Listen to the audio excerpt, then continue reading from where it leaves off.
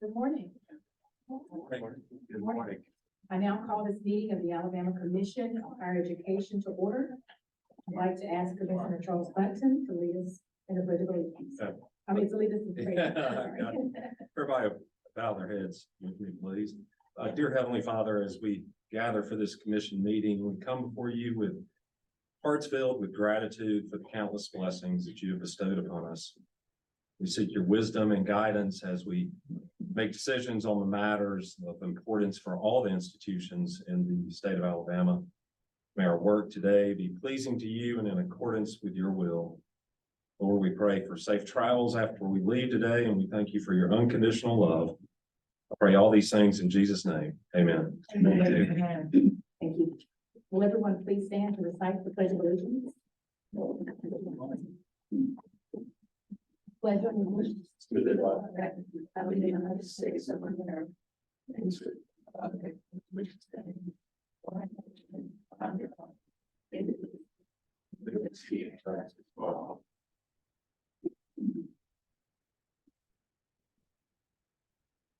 Dr. Purcell, please call the roll. Miranda Bolden, Here. Amy Price, Here. Charles Bunton, Here. Ann Sermon, Here. Jody I'm here. Singleton, Here. Timothy Guyan, Paul Kennedy, here, Larry Turner, here, Stan Nelson, here, Rod Scott. Here. Madam Chair, we have a quorum. Thank you. We will now have remarks presented by President Killingsworth.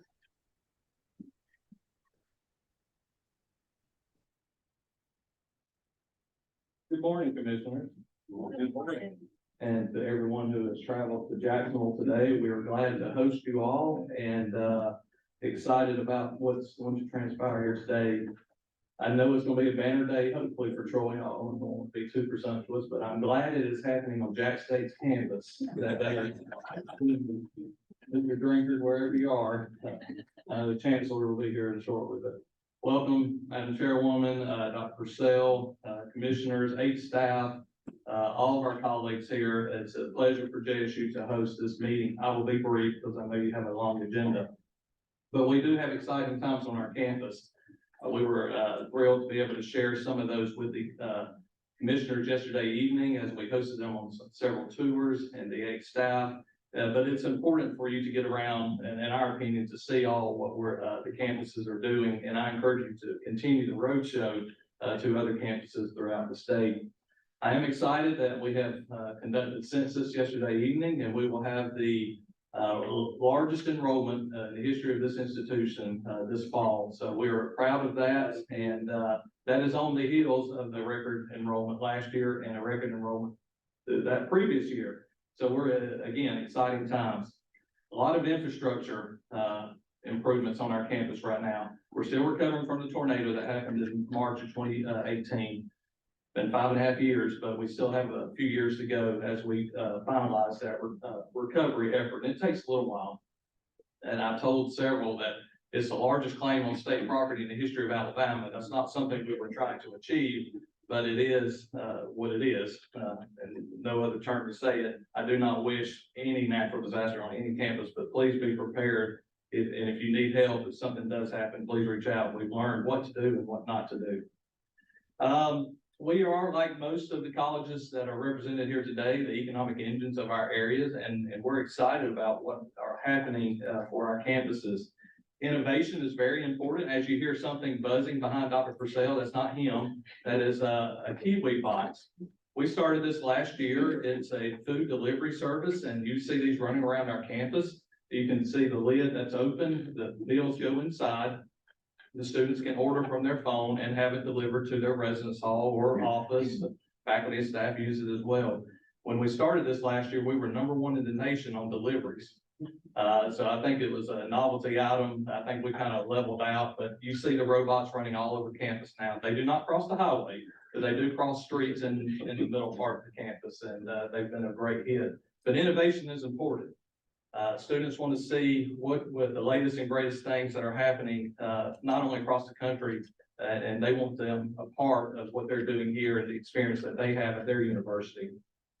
The infrastructure improvements, that I said, you will see some construction all along around the campus, excuse me. One, football operations, a new dining facility that will more than double our seating capacity, a new residence hall. We're bringing on 500 new beds. That'll get us to 2,500 beds, and then we still need 500 additional beds. There's a housing crisis in our area. I have 2 hotels that we're renting now to put students in, but we're approaching that as quickly as possible because we know students want that opportunity to live on campus. Some of the commissioners and 8 staff were witnessed the Marching Southerners yesterday evening. We marched 528. Our Marching Southerners, we feel they're legendary and a global brand.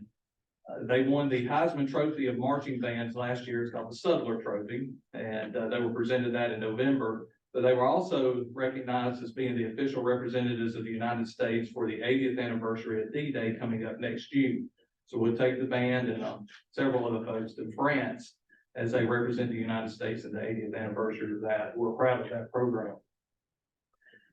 We have many exciting programs, and we feel that we're on the sometimes cutting edge, but we're trying to do what's best for our communities and our partners and companies and industry, business, education, health professions, wellness. And there's so many exciting things here, but I know the same thing can be said for my colleagues behind me. We're glad, to host you all. Thank you for what you do for higher education and for the state of Alabama. Thank you again, and y'all have a great meeting. Thank you.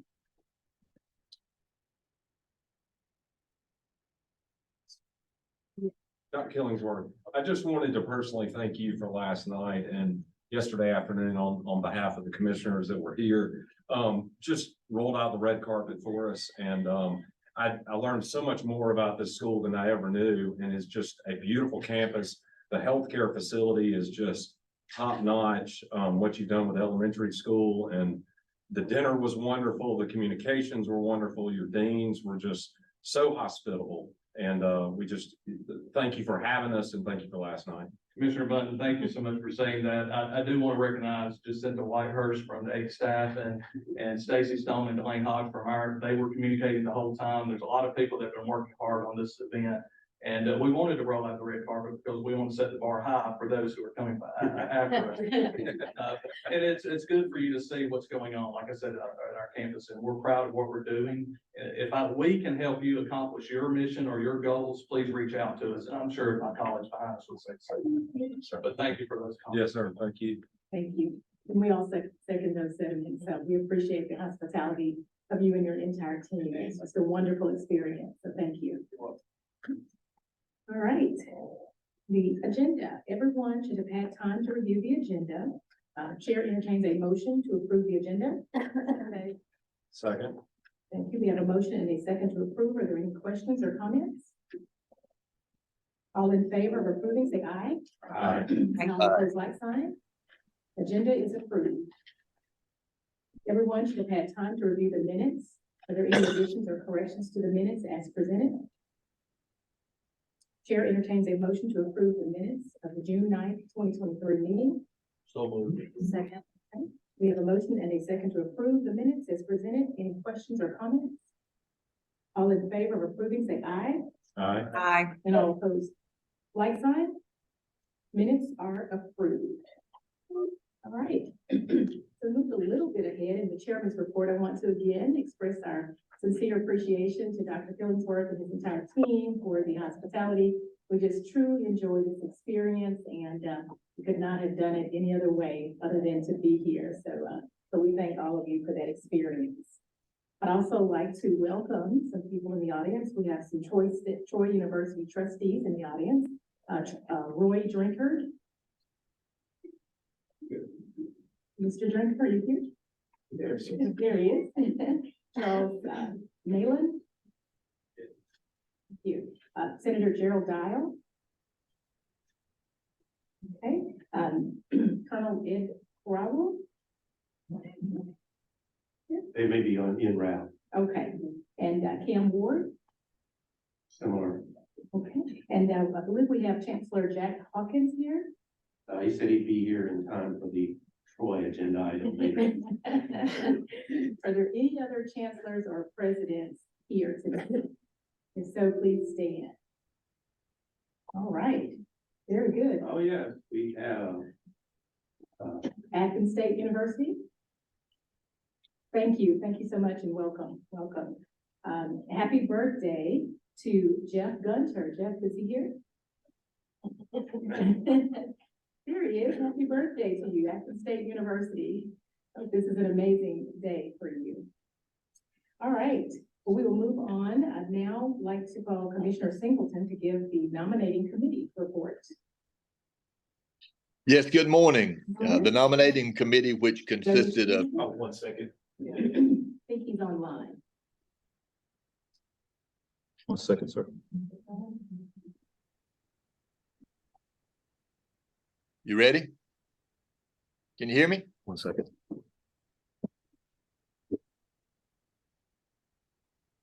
One second. We don't have, I think, Rob. He's on. Make the nomination. All right, you guys hear me? Hit a button on your machine, Rob. 1 second, sir. Yes, He's on. I'm speaking now, sir. Hear me okay? yeah. Got a terrible echo. Yes, we have.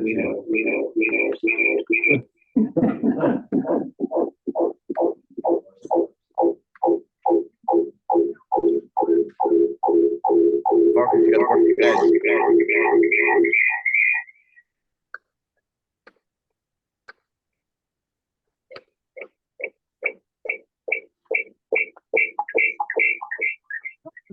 All right, try to talk now, sir. All right, can you hear me? Yes. Okay. All right, good morning. The nominating committee, which consisted of Commissioner Guyan and Commissioner Scott, along with myself, unanimously recommend that Commissioner Miranda Bolden continue to serve as the chair for a second term, and Commissioner Amy Price to also continue to serve as the vice chair for the upcoming year. We'd like to put this forward to the commission for a vote. I'll entertain the motion now to accept the nominating committee's recommendations.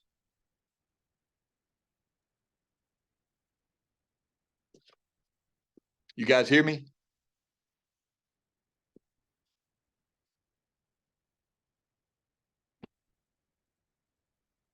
Hey, can you guys hear me at all?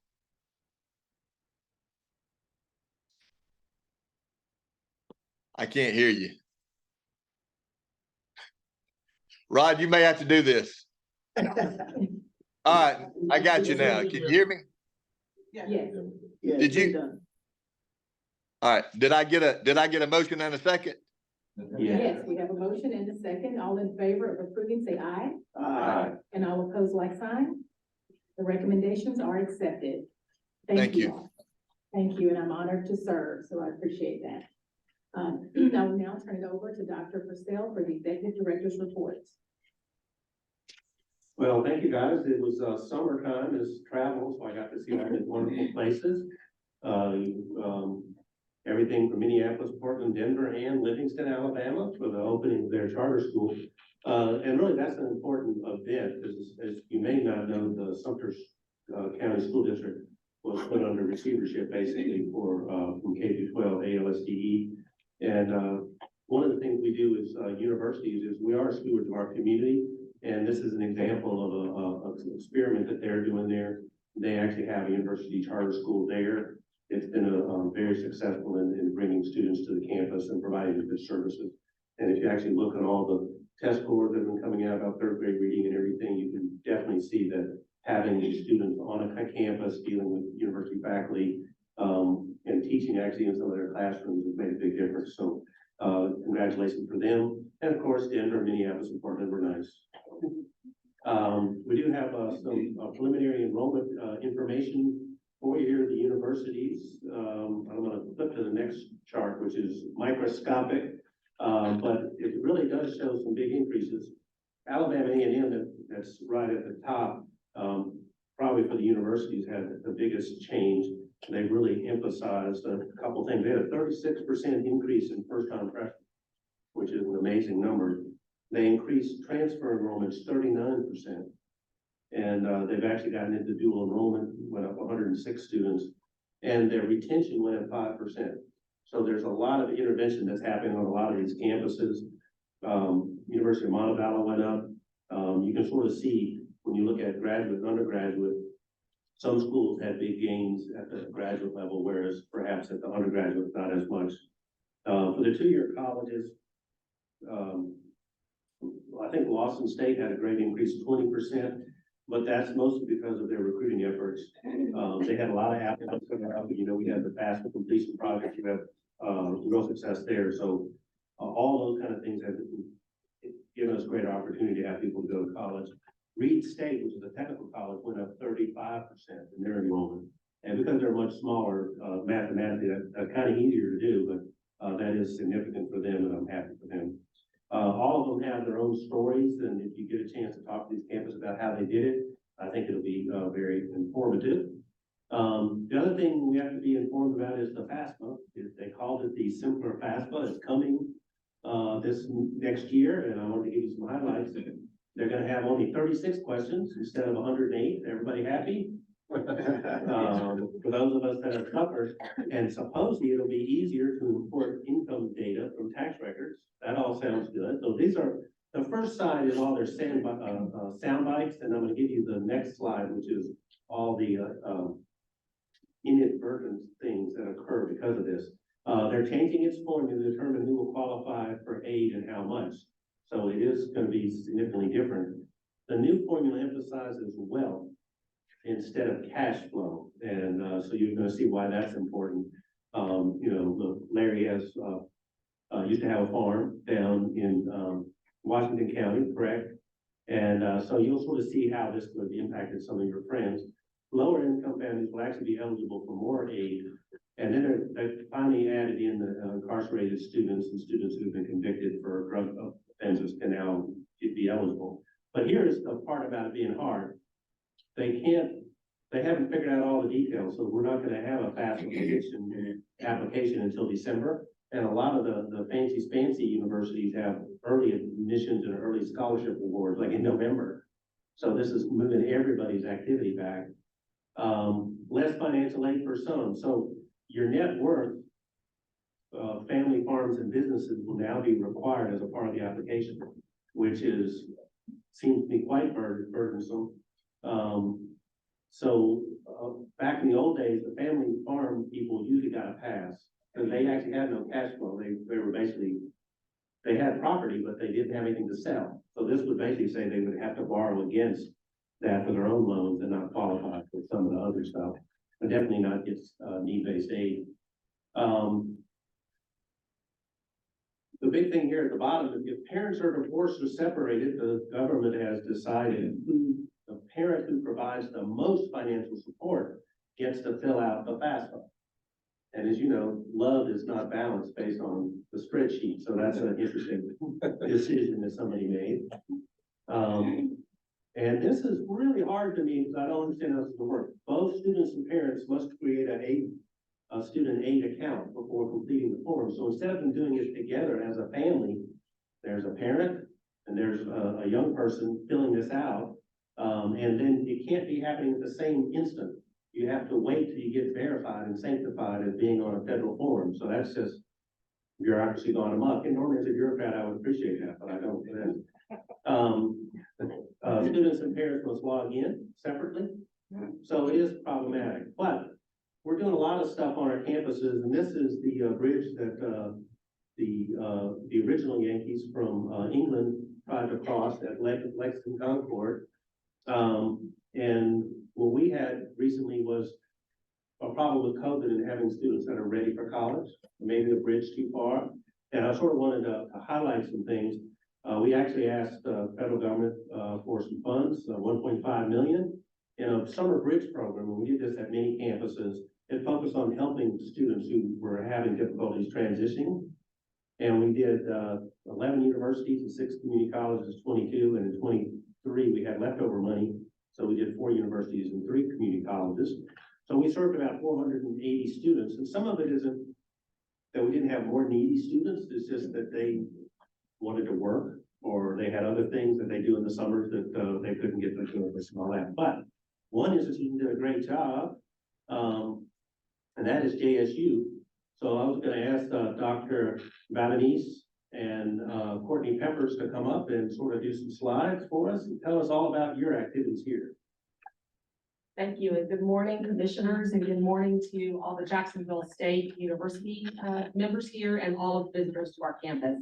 My name is Dr. Janet Valanice. I'm the Assistant Vice Provost for Advising here at the university, and I have partnered on this project with my colleague. I'll let her introduce herself, and then we're going to share with you a little bit about what we've done the last 2 summers with Bridge, a little bit about the history of Bridge, and how the AIC funds have enhanced our mission here on our campus. Yes, thank you for this opportunity. I'm Courtney Peppers, Director of Learning Services and Analytics in the Student Success Center here at Jacksonville State University.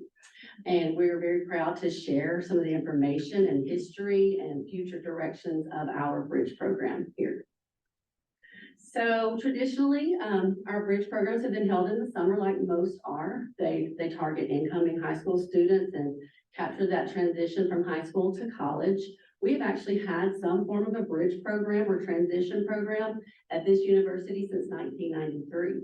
And I did the math today, it's 2023, right? So this has been 30 years. Of course, we've had many iterations over that time, but it's always been a comprehensive program of orientation to college life, community living, heavy emphasis on academic skill development, particularly in literacy analysis, college level reading and writing, and algebra. You know, our students really love math, right? So we have a heavy focus on those math skills that are needed for college algebra. It's traditionally 5 to 6 week session. The courses are college level courses, particularly in the last 10 years, we've been able to offer 100 level credit for these courses. So we have always offered workshops, advisement. This career development is what we're really going to focus on in the last 2 years. It's been supported through AIC. And we've also offered service learning options, volunteerism in the community. So all of these things have been part of our Bridge over the years, and we're just expanding that. Success coaching, of course, residential component, and students do earn credit hours before they start in the fall. Thank you, Courtney. So in 2022, we received the request for proposals for the AIC Bridge Grant. And one of the factors in that call for proposals was focusing on STEM in careers and workforce development. So we created something called STREAM to Success. So STREAM stands for Science, Technology, Reading, Engineering, Art, and Mathematics. And we know that we find these topics and these skill sets in traditional STEM fields, but what we wanted to do was highlight where science, technology, reading, engineering, art, and mathematics might be found in other career options that students are looking at.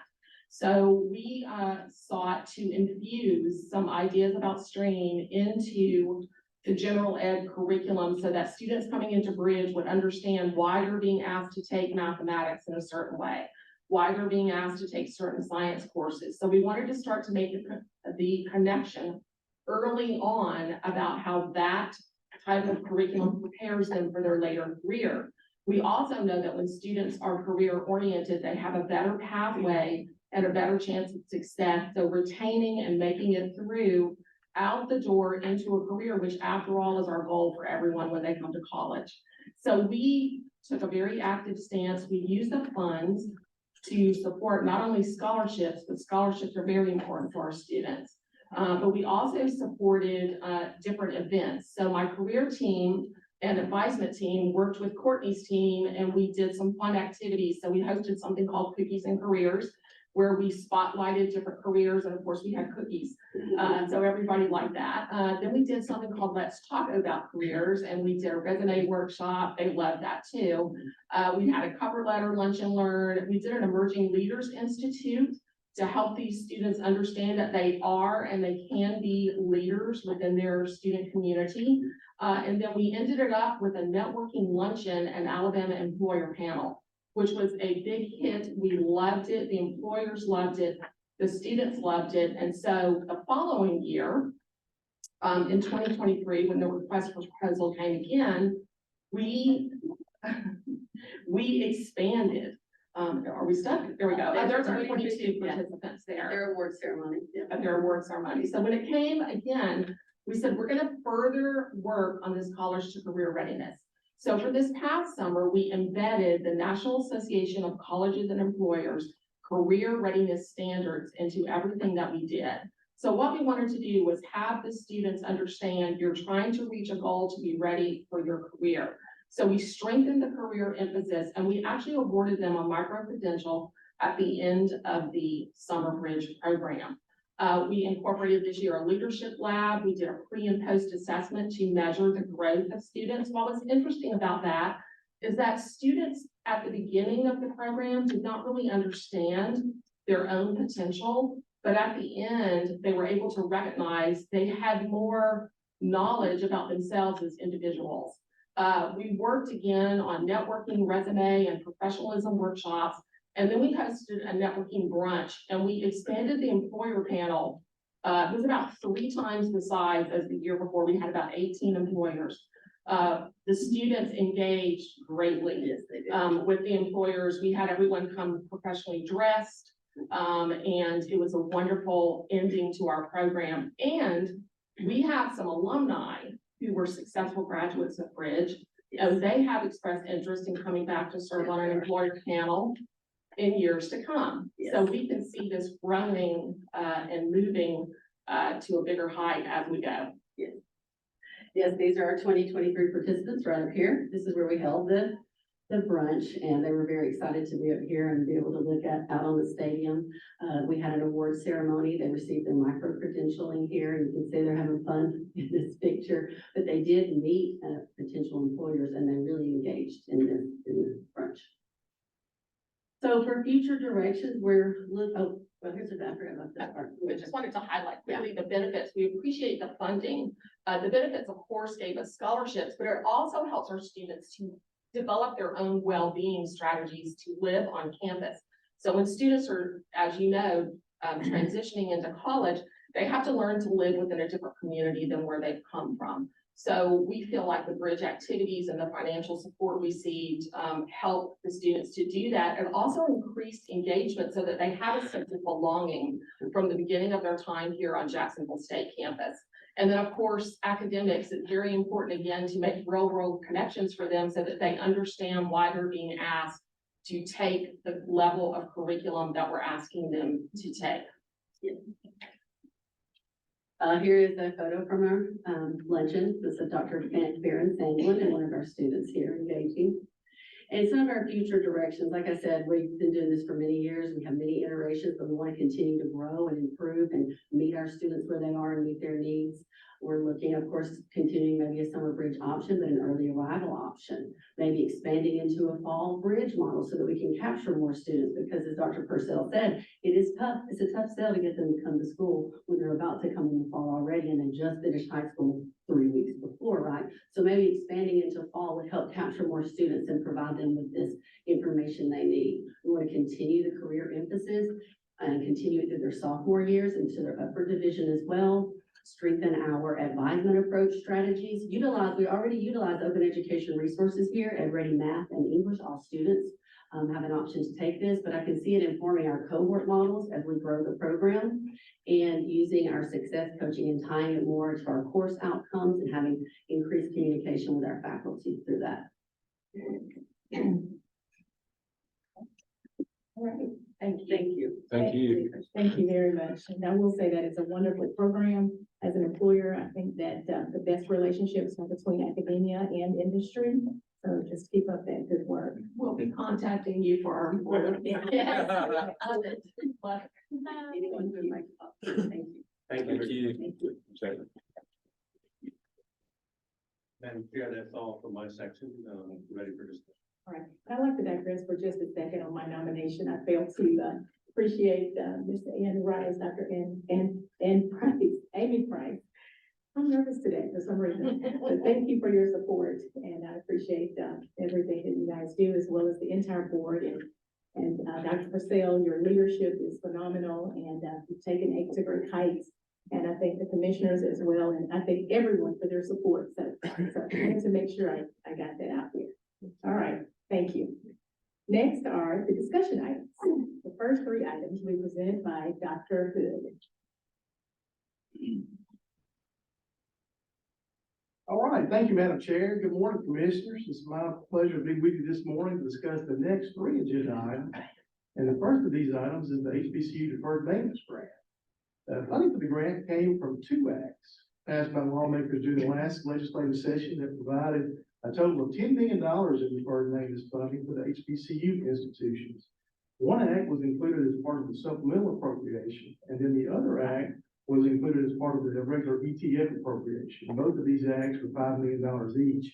Both acts also charged AIC with administering the grant, and these projects were limited to deferred maintenance with a priority placed on ADA, health, and safety compliance. This is something we did with the last iteration of the grant, and we'll decide to continue that forward. There was also a dollar-for-dollar match between institutional and state funds.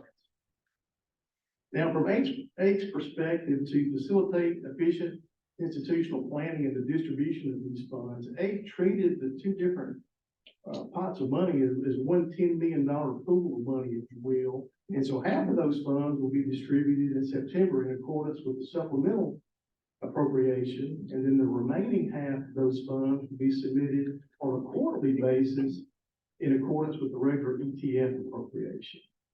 Does that make sense how we're doing that? Okay. The criteria for the program included a $2 million cap, and this is a way to facilitate a more equitable or equal distribution across the 14 institutions for the grant funds. AIC began administering the grant in July, and during that time, 13 institutions submitted 30 projects, and those requests totaled $18 million. So the $10 million in funds, we were able to address 55% of those needs. But I do want to mention that 18 million was just what was requested. If you look at the total cost of those projects, it exceeded $40 million. So again, I think this is just a testament to the ongoing need for deferred maintenance funds at our colleges and universities. This next chart looks at the distribution of those funds by sector. And you can see that the public universities, Alabama A&M and Alabama State, each received their $2 million cap. And this represented about 40% of the total available funds. The public community colleges received almost a third of the available funds at 31%. 4 of the 5 institutions received 100% of what they requested. And I do want to mention that Bishop State, in the last round of HBCU funding, they had $50,000 of unused deferred maintenance funds. And so we just carried that over to this round of funds. So although this chart says they received 89% of their funding, they really received 100%.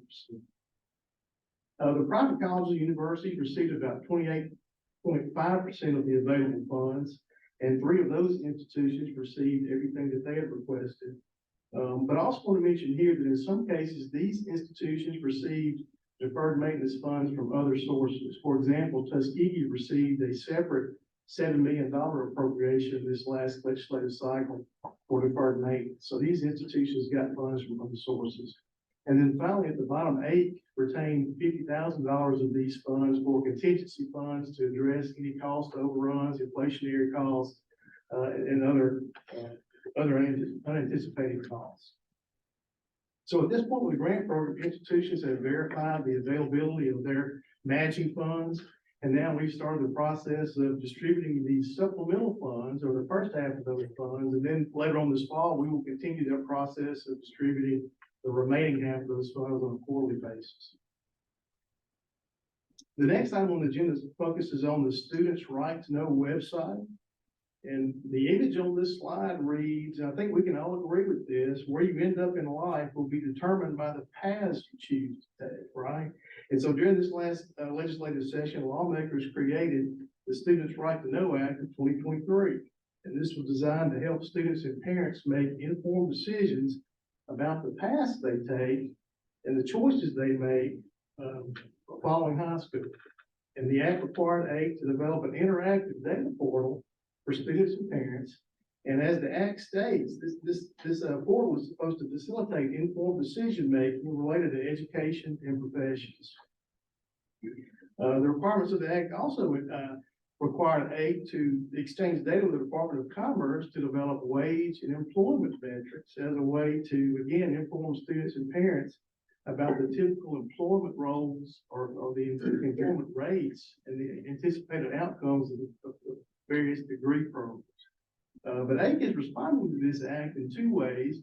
The first way is by developing or enhancing our current institutional profiles online, and then we're developing our interactive Student Horizon database as mandated by the legislative act. So this slide should look familiar with the folks from JSU. And as we scroll through this, this is an example of what our enhanced institutional profiles will look like. But you can see up at the top, although this slide's covered, we're going to have a series of links to the institution's social media. We will have a full page institutional video that scrolls across the top. We'll also have links to institutional pages. I know this is a small slide, but we have links to institutional pages related to academics, campus life. I think some institutions have a campus tour link. Then there's also a list of brag facts that we've added that are unique to each institution. We've got that list there as well. And then we have to the far right, we have links to institutional data from a federal IPEDS data source as well as our statewide AIC source. And then finally, we have a link to the Horizon database, which is mandated as part of the act.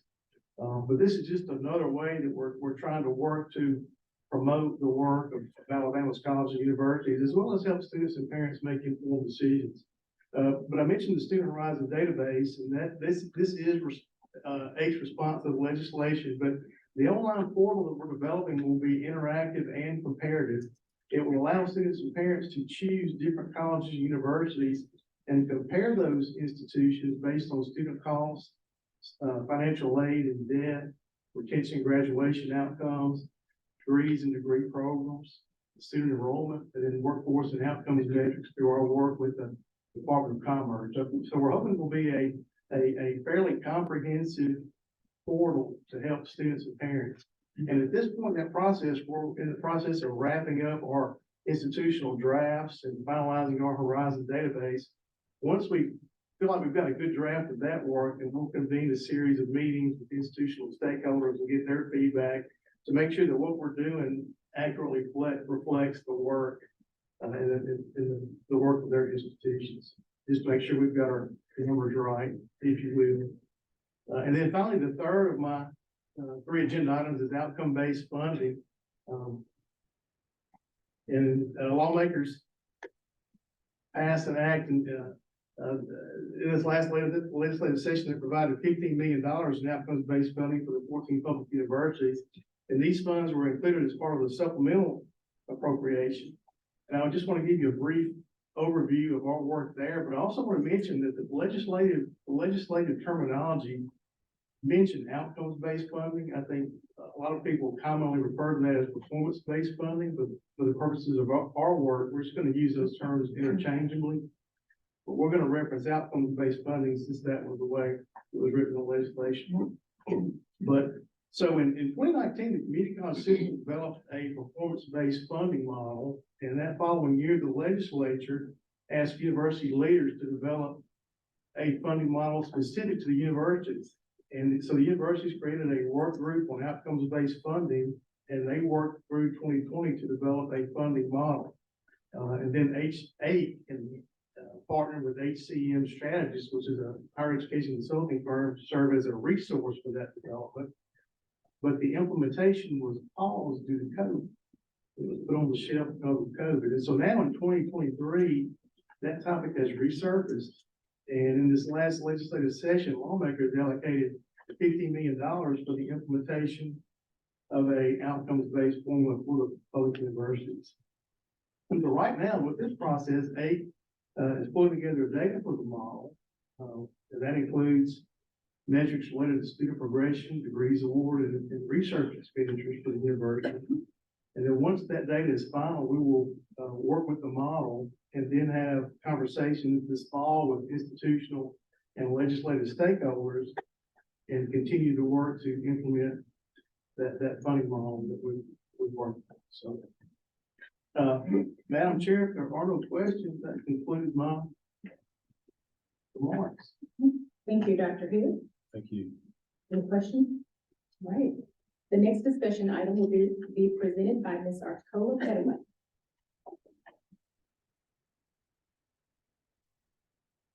Thank you, Madam Chair, and good morning, commissioners, and visitors.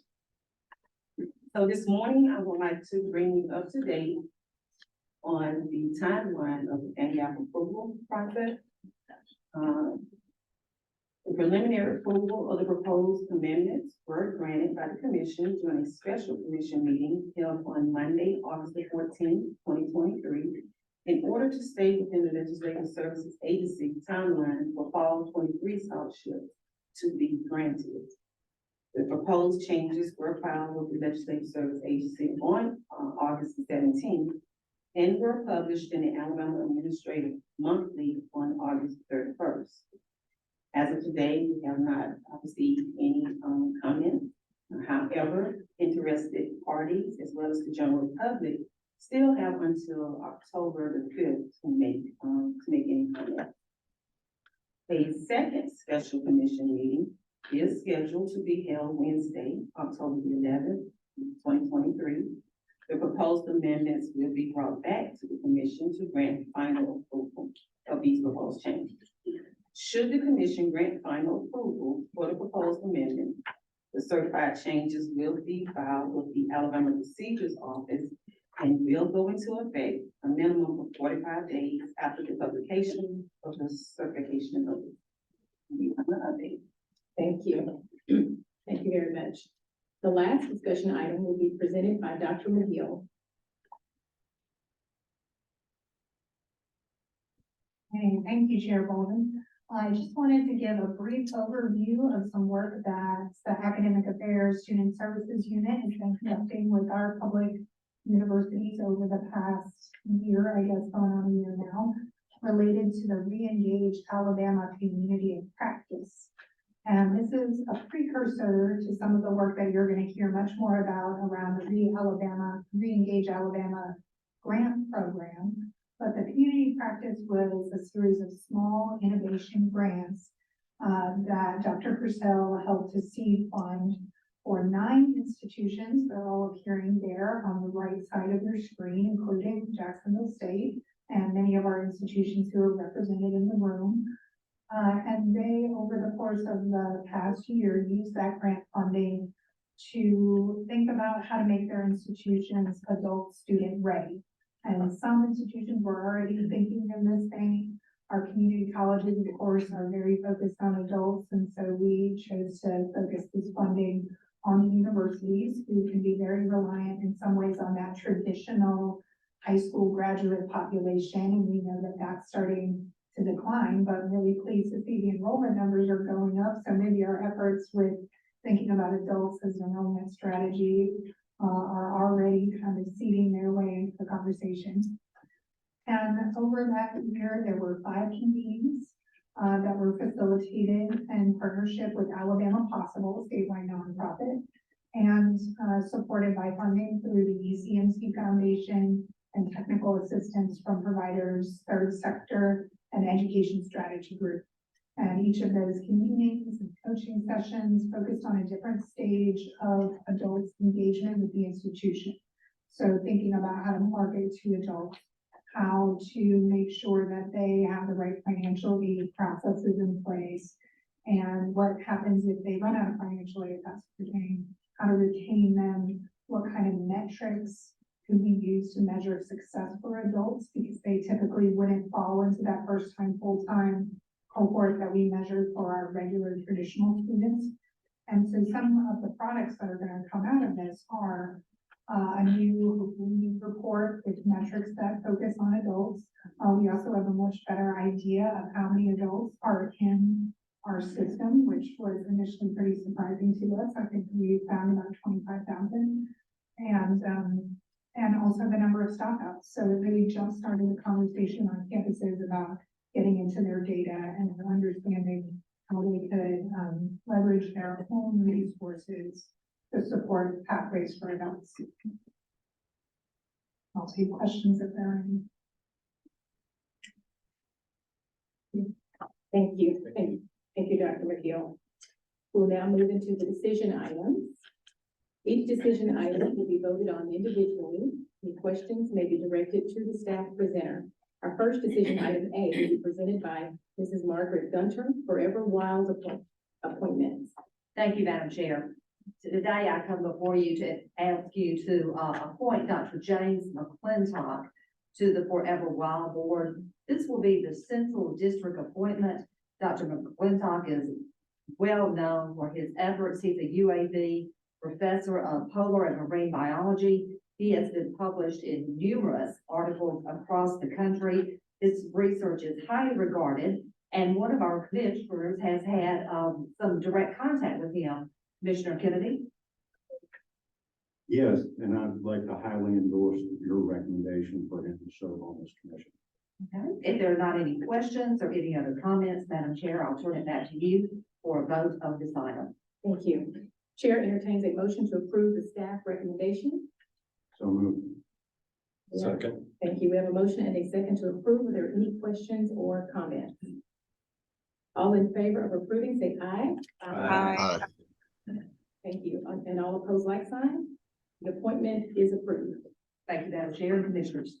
Thank you. Our next decision, item B, will be presented by Dr. Stephanie Dolan. Approval of the 2024 meeting minutes. Good morning, Madam Chair. Good morning. Today, I'm presenting decision item B, proposed meeting schedule for 2024, that may also be viewed on page 7 in the commission meeting packet. The proposed dates for 2024 are March 8th, June 14th, September 13th, and December 13th, all of which occur on Fridays. Please note, when devising the schedule, the following factors were considered. The commission is required by law to meet once every 3 months, resulting in 4 proposed dates, 1 per quarter. A meeting is necessary in December to adopt a consolidated budget recommendation, and the proposed schedule attempts to avoid most state and federal holidays. The 8 staff recommends these proposed dates for the 2024 commission meeting schedule for commission's approval. Thank you. Chair entertains a motion to approve the staff recommendation. So moved. Second. We have a motion and a second to approve. Are there any questions or comments? All in favor of approving, say aye. Aye. Thank you. And all opposed, like sign. The meeting is approved. Thank you. Our next decision, item C, will be presented by Mrs. Veronica Harris, fiscal year 2023-2024 operations plan. Good morning, Commissioners. Good morning. Madam Chair. The item I will be presenting today is decision item C, that you can find in your packet on page 8. The purpose of the operation plan is to ensure that the objectives of the legislative FY24 appropriations are satisfied.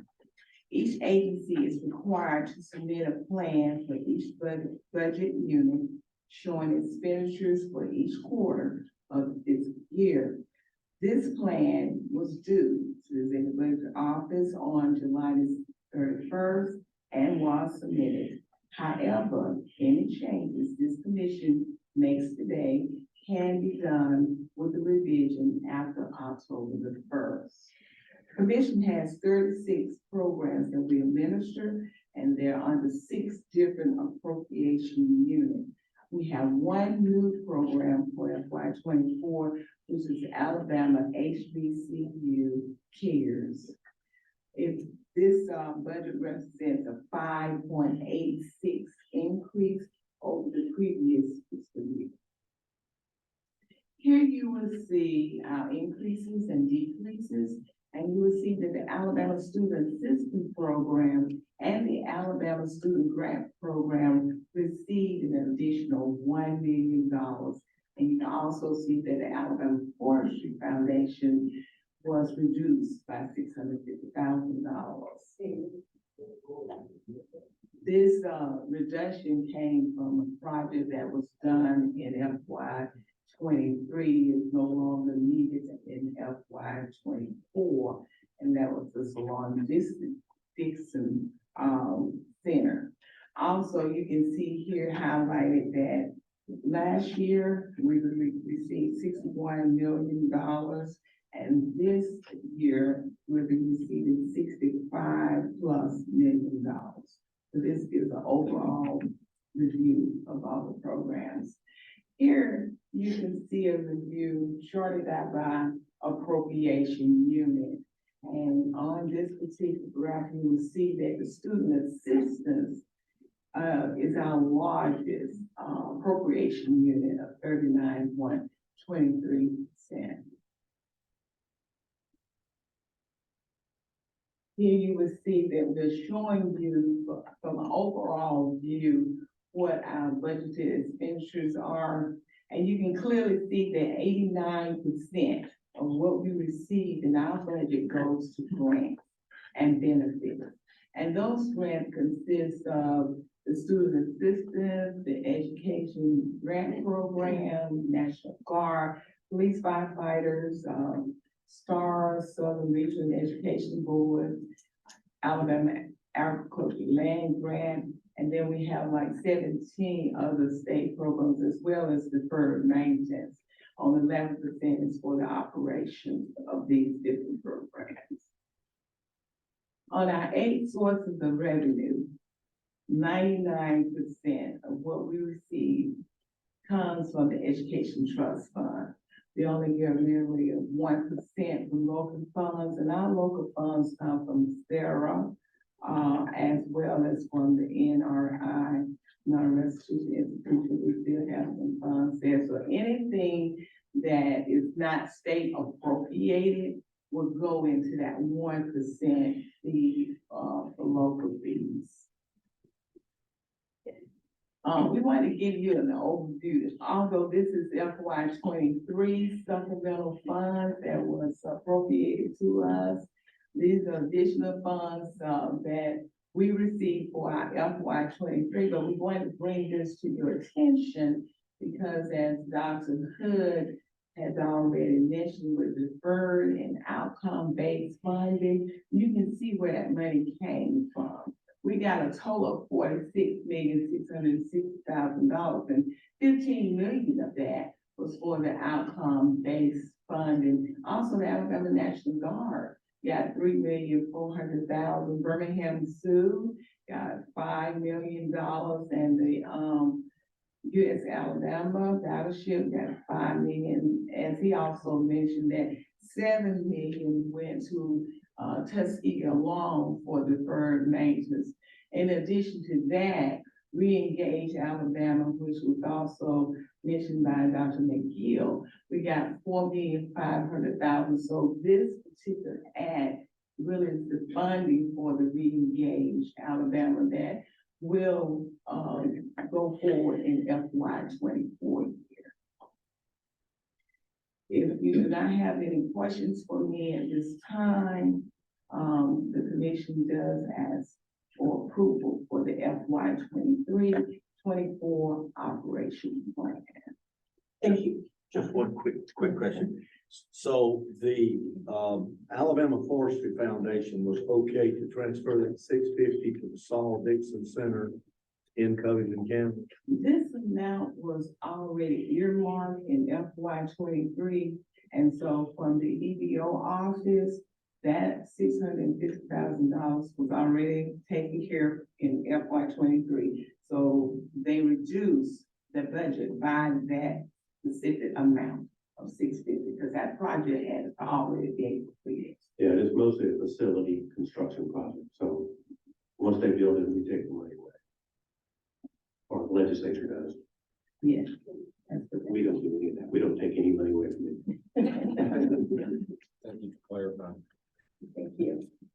Chair entertains a motion to approve the staff recommendation. So moved. Second. We have a motion and a second to approve. Are there any additional questions or comments? All in favor of approving, say aye. Aye. Thank you, and all opposed, like sign. The operations plan is approved. Madam Chair, can the record show that I abstained because of my relationship with some of those organizations? Yes, sir. Thank Thank you. you. Thank you. Our next decision, item D, will be presented by Mrs. Artola Petaway, the preliminary approval of administrative procedures for the new chapter 300-4-13 Reengage Alabama Grant Program. Thank you, Madam Chair.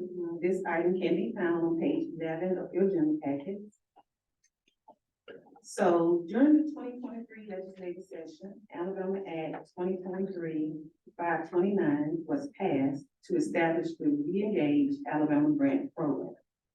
This new program is aimed at increasing the number of Alabama adults with college degrees, to encourage adults with some college credits to return to college, to provide grant award payment assistance to eligible adults, to establish eligibility standards and procedures, and to provide aid with some resources for administration.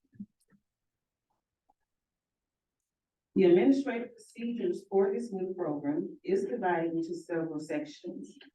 But because this program is brand new, I will cover only certain sections and definitions of terms that are referenced in the law and are unique to this program, starting with the definition of approved institution.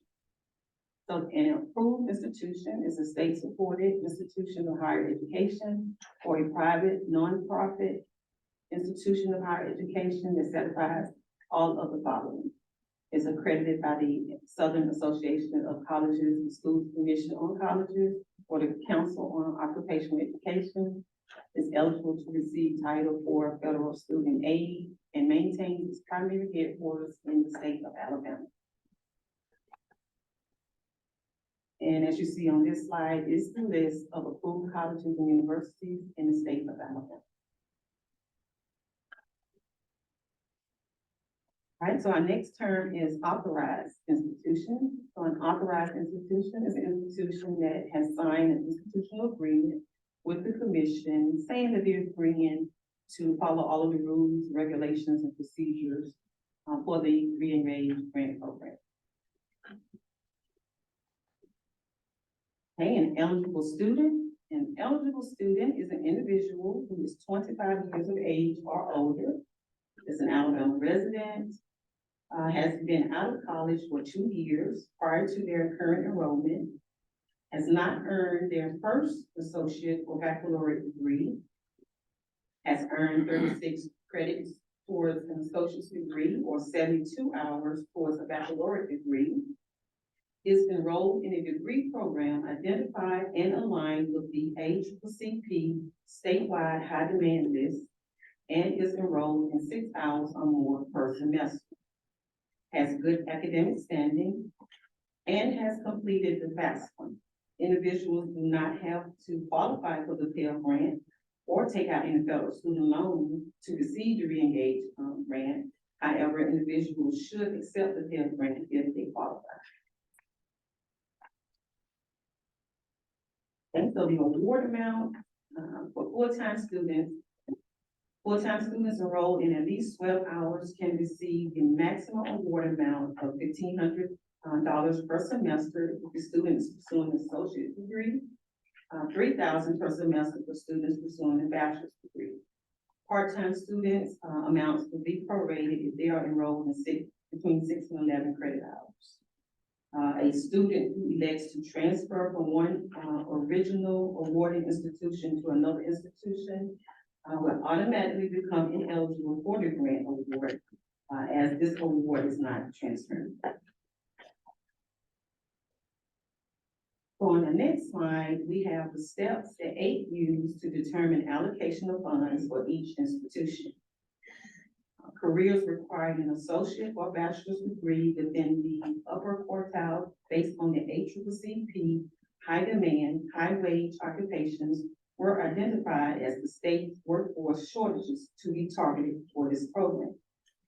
Then SIPs were aligned with the ACCP high demand, high wage occupations to form a SIPs listing.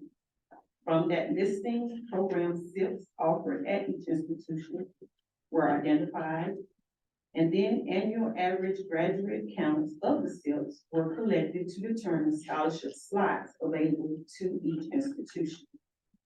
A detailed webinar on the overall process was held for the campuses on August 2nd and can be viewed on our website.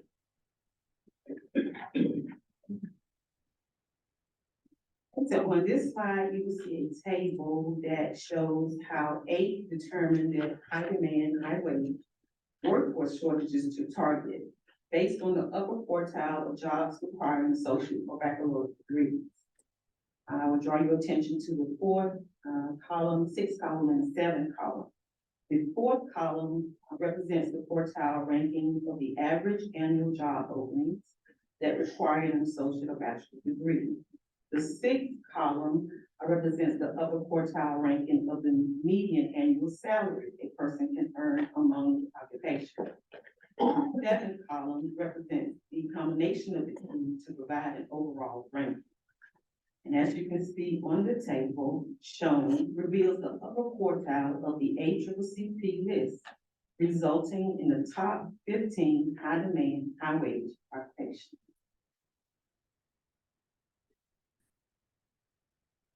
All right, so on our next slide is the re-engaged projected slots based on graduate averages for four-year programs. There are 252 slots projected for the four-year program.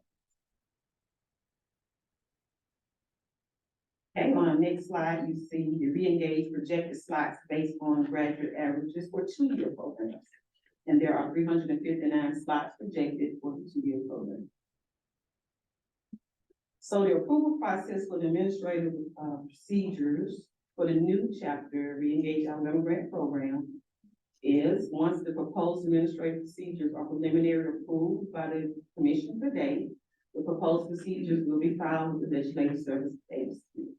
It will be published in the Alabama Administrative Monthly for 45 days for interested parties to comment. And at the December commission meeting, the proposed administrative procedures will be brought back to the commission to grant final approval of the proposed administrative procedure. The certified administrative procedures will be filed with the Alabama Procedures Office and will go into effect in a minimum of 45 days after the certification notice is published.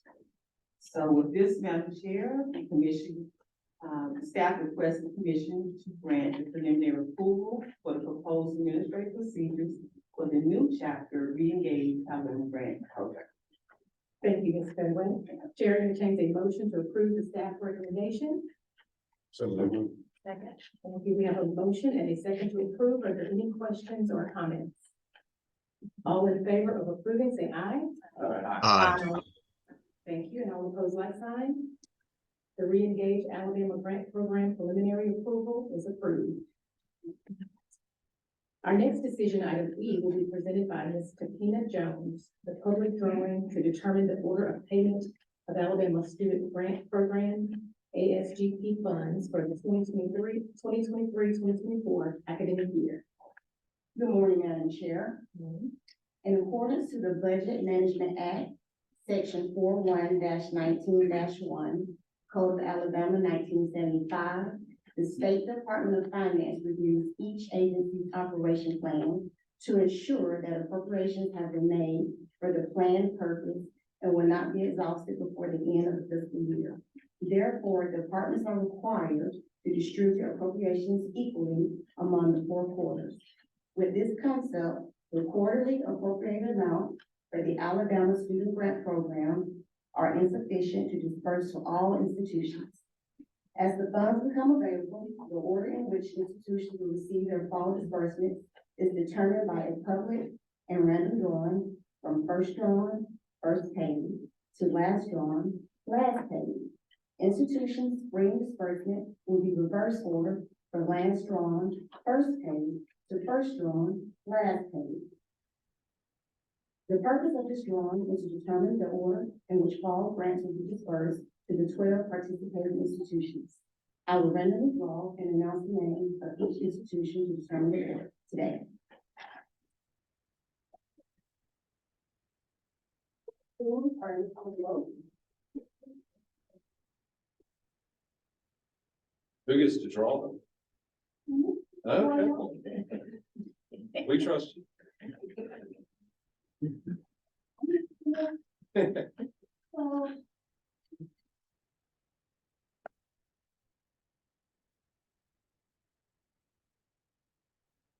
Cambridge University.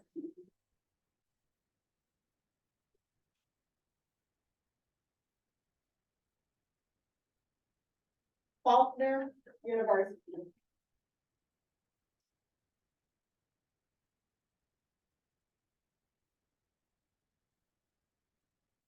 Huntington College.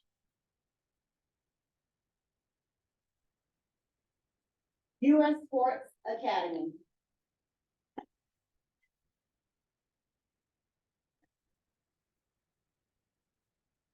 Oakwood University.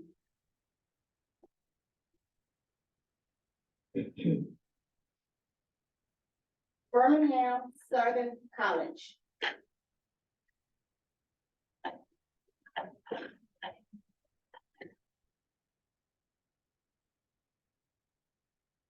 Spring Hill College.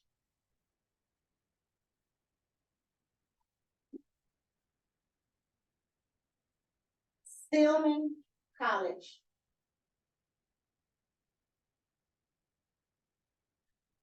University of Mobile.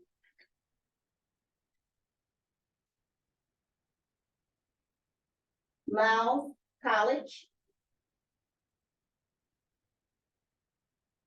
Stanford University. And South University.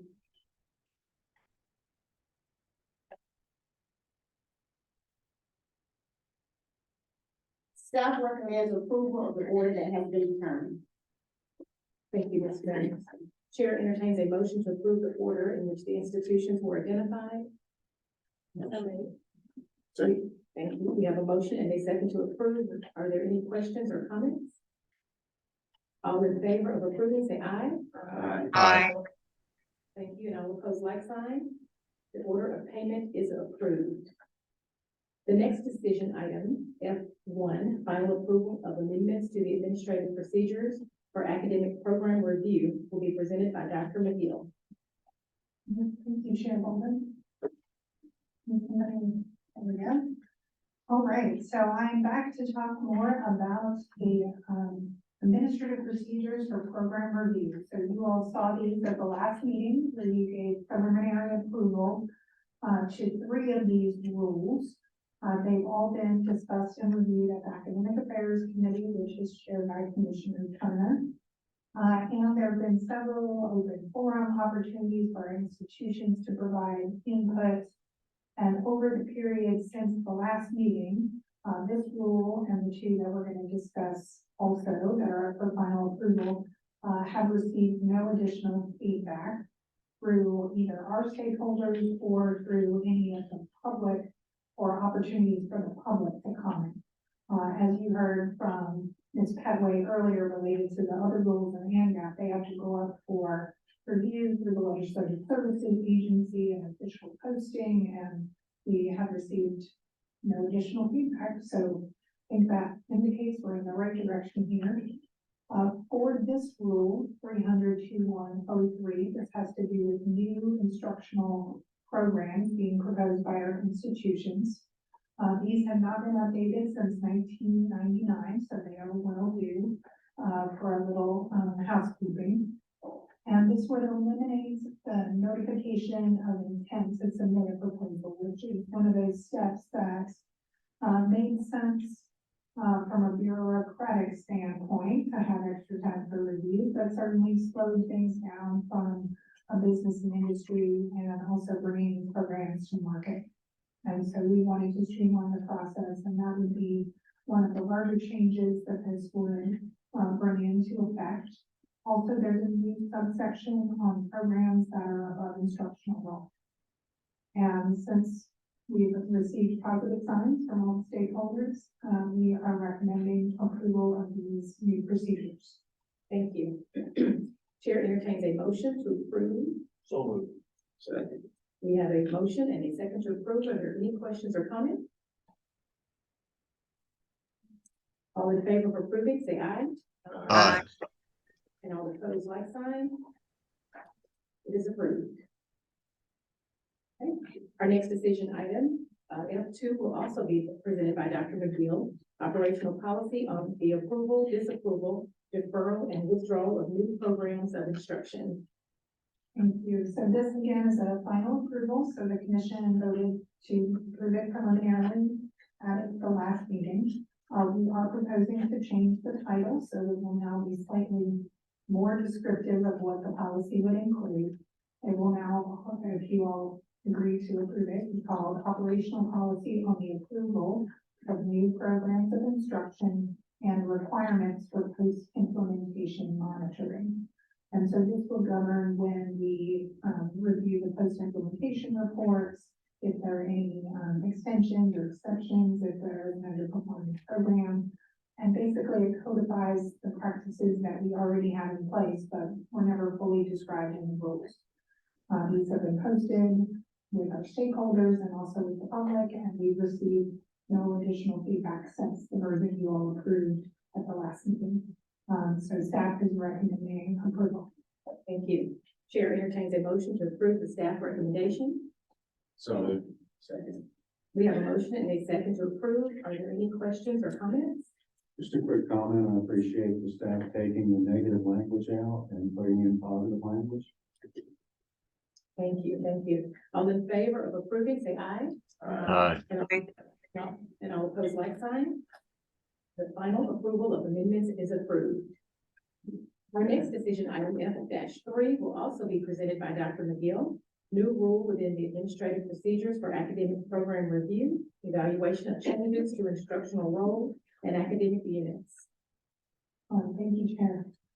This new rule is also up for final approval. You all heard this back in June, and it is brand new, so it would add an additional number to our chapter, which will be called Evaluation of Changes to Instructional Role and Academic Units.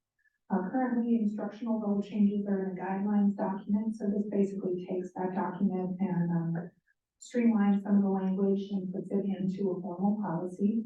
If an institution wants to move up to a new role or extend this role downward. And the academic unit section is included elsewhere in the rules, and we're kind of bringing them together because they make more sense as a unit. Mostly this is providing clarity and structure, which is something our institutions have been asking us for. And there have been no additional feedback since we put this forward for public comment, and staff is recommending approval. Thank you. Chair entertains a motion to approve the staff recommendation. Motion to approve. Second. We have a motion and a second to approve. Any questions or comments? All in favor of approving, say aye. Aye. Thank you. And all opposed, like sign. The final approval of the new rule is approved. The next decision, item G, will also be presented by Dr. McGill. Preliminary approval of repeal and new rule 300-2-1-02 within administrative procedures for academic program review. Thank you, Chair. So just as a quick preview, so this policy and the one that we're going to hear after this are for preliminary approval. So you all haven't seen them before. They've been discussed in brief with the Academic Affairs Committee. But more or less, these two are what I would consider housekeeping.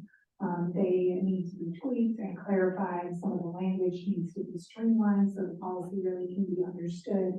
But for the most part, these are not making interventions in the way things work.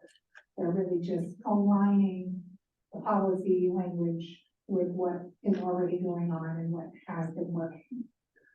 This one and the next one, if you all move forward with them, will come up at the next meeting for final approval. So this first one, 300-2102, has to do with non-Alabama institutions, so it does not affect any of the public institutions that we typically regulate. These are out-of-state institutions who are seeking to offer programs either by distance education or with a physical presence here in the state. We regulate them in partnership, and the primary partner here is Alabama Community College System Private School Licensure Division.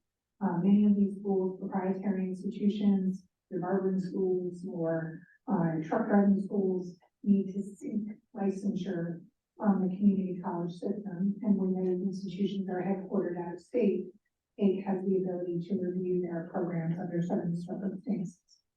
And the policy, will see it as being read as repeal and new rule.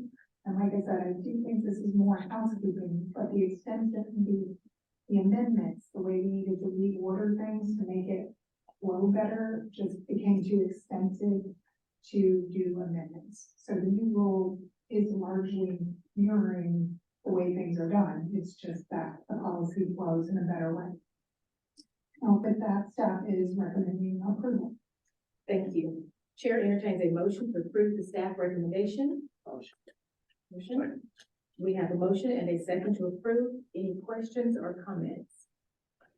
All in favor of approving, say aye. Aye. Aye. Thank you. And all opposed, like sign. The preliminary approval of repeal and new rule is approved. Our next decision, item H, will also be presented by Dr. McGill. Preliminary approval of amendments to the administrative procedures for academic program review, 300-2-1-10. Thank you, Sharon. So I should note that the preliminary approval does kick off that official process with the Legislative Services Agency. So for the one you just approved, and hopefully this one, after this meeting, we'll be posting those formally, and that will invite public and any stakeholders to come forward if they feel that something should be further clarified for them. Distance education does regulate our public institutions in the room, but also has, you know, some wider purview around AIC's role in distance education with the National Council on State Authorization Reciprocity Agreements, which we sometimes call SARA. But for our public institutions, this really is just defining what a distance education program is, and also making it clear when AIC and you all as commissioners need to receive notification of the transition of regular programs to distance education programs. Sometimes we are here asking for less information than the accreditors do. And so we want to be clear that, yes, that's what we intended. We don't necessarily need to be in every nook and cranny of their distance education operation. Only if a full program goes to distance education. And this is a little bit more open and clear about that's AIC's role in this particular instance. With that, staff is recommending approval. Thank you. Chair entertains a motion to approve the staff recommendation. Motion. Motion. Second. We have a motion and a second to approve. Any questions or comments? The only thing, can I just say real quickly? It has been a real pleasure working with Commissioner Bunn, Sermon, and Guyan on this.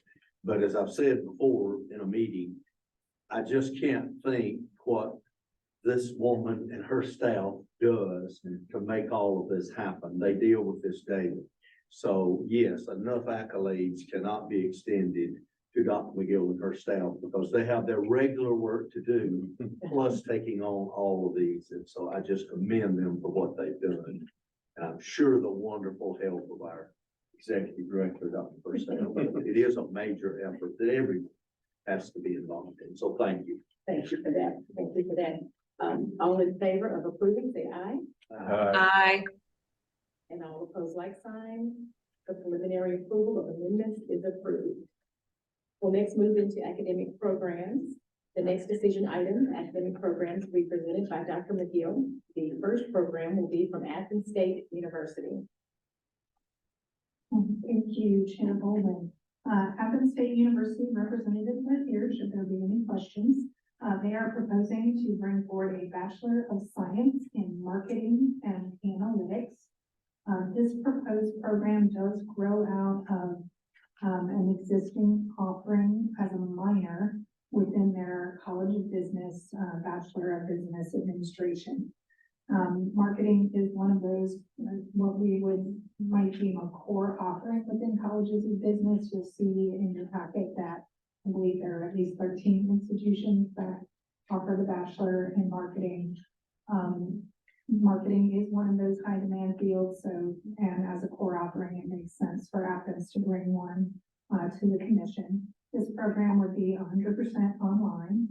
There's only modest funding needed for faculty overload because they already deliver the majority of the courses. And they are eager to embed some work-based learning and industry certification to enhance the job prospects of their graduates. And with that, staff is recommending approval of the program.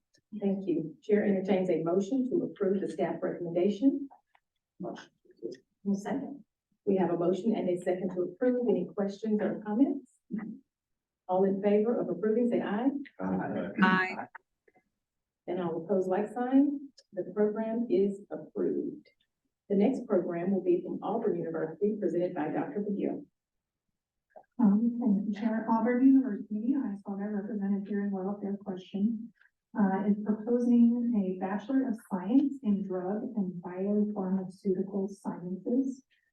This would be the only program of its specificity and scope to be offered within the state, except Stanford University, one of our private institutions, also has some related offerings, so it can be the only one in a public institution.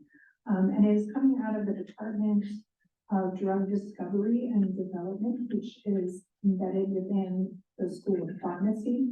The School of Pharmacy at Auburn is our own public school of pharmacy, and it offers graduate offerings only, so the Doctor of Pharmacy, and also a master's and a PhD in pharmaceutical sciences. So this proposed degree would bring that expertise from the graduate level and extend it down to the undergraduate level, largely as a pre-health, pre-professional program. Auburn has done its projections based on existing student interest in the coursework and also proposed aspirations to pursue pharmacy or pharmaceutical sciences, and they're projecting upwards of 49 undergraduates a year pursuing the program. In order to manage a program of that size, they need 2 professional staff. They're also proposing part of that to go toward recruiting, and they want to hire 3 full-time faculty members. And those full-time faculty, again, will supplement the existing expertise that's largely at the graduate level. There will obviously be some startup costs, but given the heavy enrollment projection, the program is expected to be self-sustained. With that, staff is recommending approval. Thank you. Chair entertains a motion to approve the staff recommendation. Motion. Second. Right. We have a motion and a second to approve. Any questions or comments? All in favor of approving, say aye.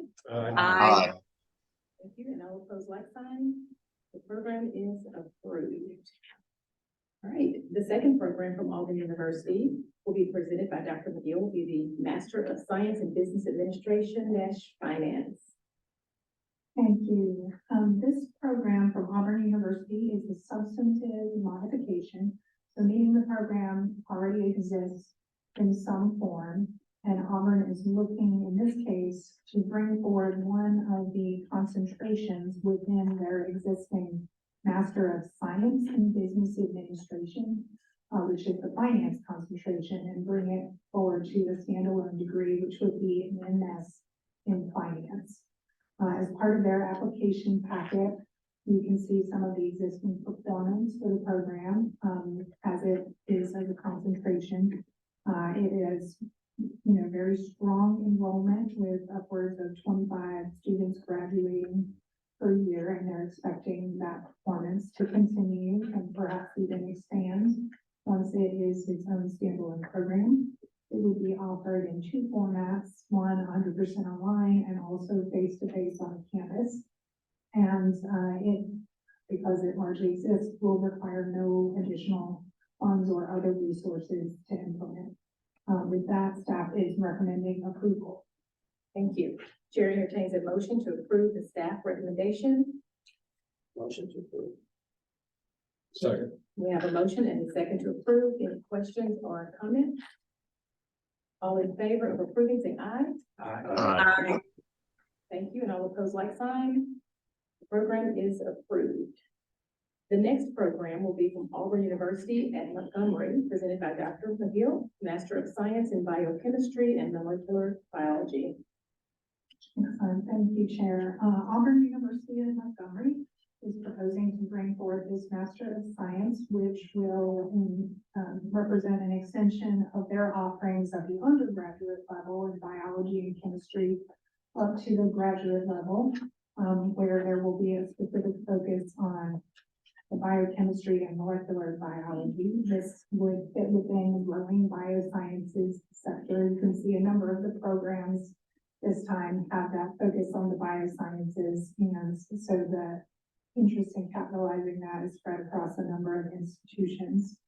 Auburn University in Montgomery has made a number of investments in this program, including a new facility. Well, actually, it's an old facility from the Alabama Department of Public Health that is being renovated to support the undergraduate programs and also this master's program with brand new state-of-the-art labs. And the goal for the university is to raise some of its profile within the area of science, and that will benefit their students and also the larger region. The renovated building is projected to open in January 2025. And the concentrations for this degree are going to be in general biochemistry, biotechnology, and environmental science technology. There will be a substantial investment on the part of the university in faculty, and also some minor investment in assistantships. They will require a $240,000 reallocation to help start up in years 1 and 2, but the program is projected to be self-sustaining by year 3. With that, staff is recommending approval of the program. Thank you. Chair entertains a motion to approve the staff recommendation. Motion to approve. Motion. We have a motion and a second. All right, thank you. We have a motion and a second to approve. Are there any questions or comments? All in favor of approving, say aye. Aye. And all opposed, like sign. The program is approved. The next program will be from Troy University, presented by Dr. McGill, change of instructional role to doctoral granting. Thank you, Chair. And I know that the Troy University representatives are here. Chancellor Hawkins, yes, I believe Chancellor Hawkins wanted to offer a few words after I give an overview of the proposal. AIC has received a request from Troy University to expand their instructional role to doctoral granting. Currently, the university, as with the commission, is recognized as an education specialist granting institution.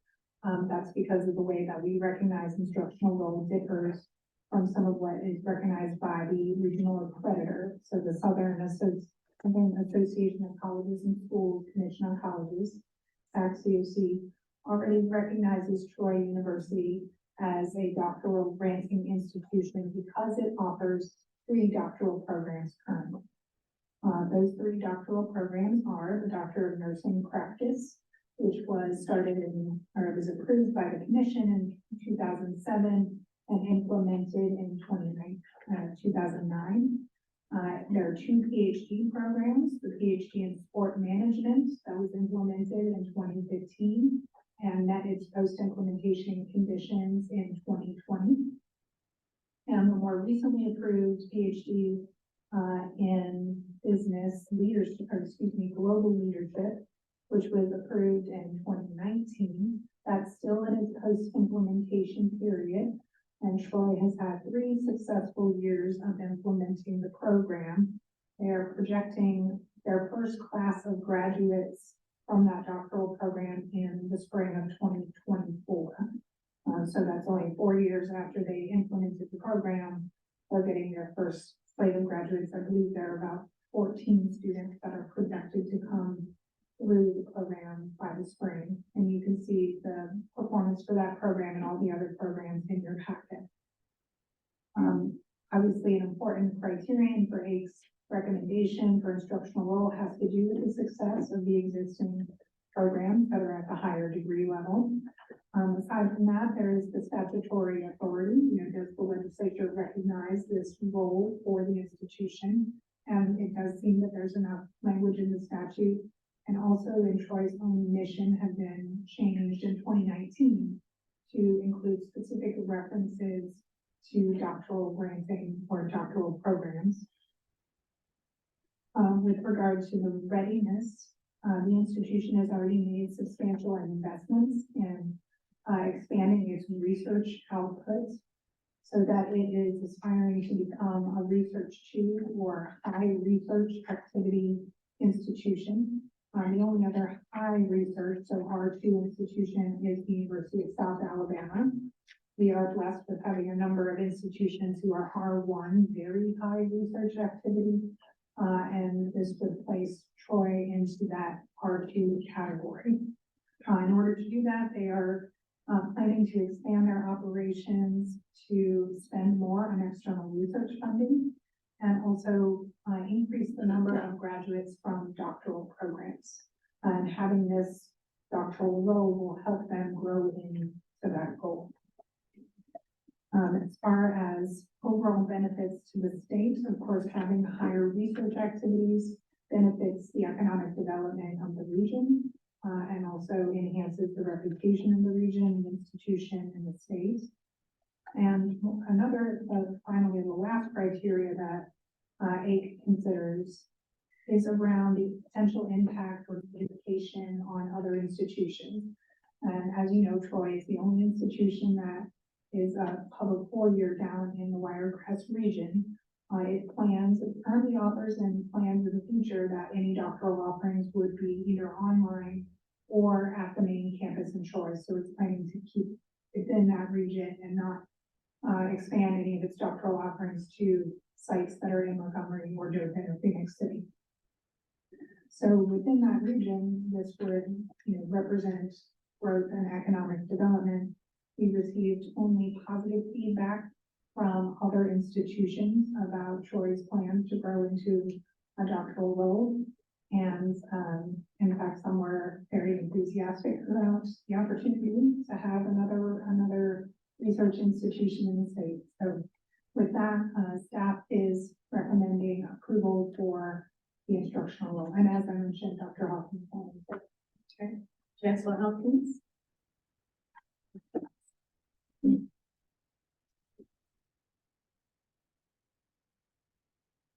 Thank you so much. It is a historic day for Troy University and I think for South Alabama and in many ways the state and the world. And so I want to thank you for the opportunity to come. I'm joined by 2 members of our staff, key members, Dr. Kerry Palmer, our Chief Academic Officer, and Dr. Mary Ann Templeton, the Graduate Dean. But I'm also here honored to have 5 trustees with us, and I wanted to introduce those folks. I know you've introduced a couple before we arrived, but I'd certainly be remiss if I didn't offer to you these trustees who've given so much over the years. And I would begin in no order, but I want to close with one gentleman who all of us have great appreciation for. We appreciate all of them, but some have been here longer than others. certainly, General Ed Kroll served as our Vice President Pro Tem of our Board of Trustees, Brigadier General, United States Air Force. Senator Cam Ward, currently over the pardon and paroles activities in the state, and 2 times an SGA president at Troy. So I've known him a long time, great trustee. Mr. Charles Nayland from Dothan, and appreciate so much Mr. Nayland. He's also served as chairman of our foundation board. A gentleman who is very relevant to this organization because he was a co-sponsor of the legislation that created the Alabama Commission on Higher Ed in 1979. And that's a gentleman who has served our state in the legislature for far more than 40 years and has been on our board of trustees for 31. He is the president pro tem emeritus, Senator Gerald Dow. And let me introduce to you a gentleman who is the treasurer for the state of Alabama and this country. And he is a young 103-year-old Mr. Roy Drinkard, who was in the United States Marine Corps in World War II, a member of the greatest generation for whom we all have great appreciation. And he's from Coleman. So we're all here, and thank you. We thank him, and certainly I thank them. It's been a pleasure to work with them for many years. I have been blessed to serve Troy University since 1989, but I've been in higher ed in Alabama since 1971. So I've known every executive director of the commission, from Clanton Williams to John Porter to the late great Joe Sutton up through. And let me just applaud you for the selection and retention of Dr. Jim Purcell. It's been a real pleasure to work with Dr. Purcell. Dr. McGill, thank you for your wonderful work. Thank you for that report. Dr. Hood, thank you. All the members of the staff, we thank you for the work. What you do often, and I've followed the commission long enough to know that there are several ways to refer to AIC. And sometimes what you do is so difficult, it may even be thankless, but on behalf of this state and those of us who have been in the fields for a long time, thank you for your work. Not only do you regulate, but you advocate. And for us, that's so critically important. It's important to students across this state. And so I thank you for your service. You're volunteer led, but staff supported. And so I thank you, on behalf of those of us in higher ed and just the general taxpayers of the state, I do thank you for your good work. This is a historic day. All of us, I think, are mindful that universities or colleges that grow up, they are established to teach. Troy was established to teach teachers in 1887, did that well, among the top 30 or 10 top 10 teacher colleges in the 1930s. And so we've continued that focus on excellence, but we began to diversify. Then we began in our service to the military. And that has been critical to us. We went to Europe. We were in 10 countries, 26 military bases beginning in 1974. The Berlin Wall came down. The military changed in Europe. We repositioned ourselves, and today we are very prevalent throughout Southeast Asia, including we were the first American university to award the bachelor's degree in Vietnam, and that occurred in 2008. And today we have over 1,500 alumni and over 1,000 students on the ground in Vietnam. And so we're reaching around the world. We bring a lot of the world to Troy, and what you've allowed us to do, particularly beginning in 2007, has been so important to the development of the university. You begin teaching and then you do public service.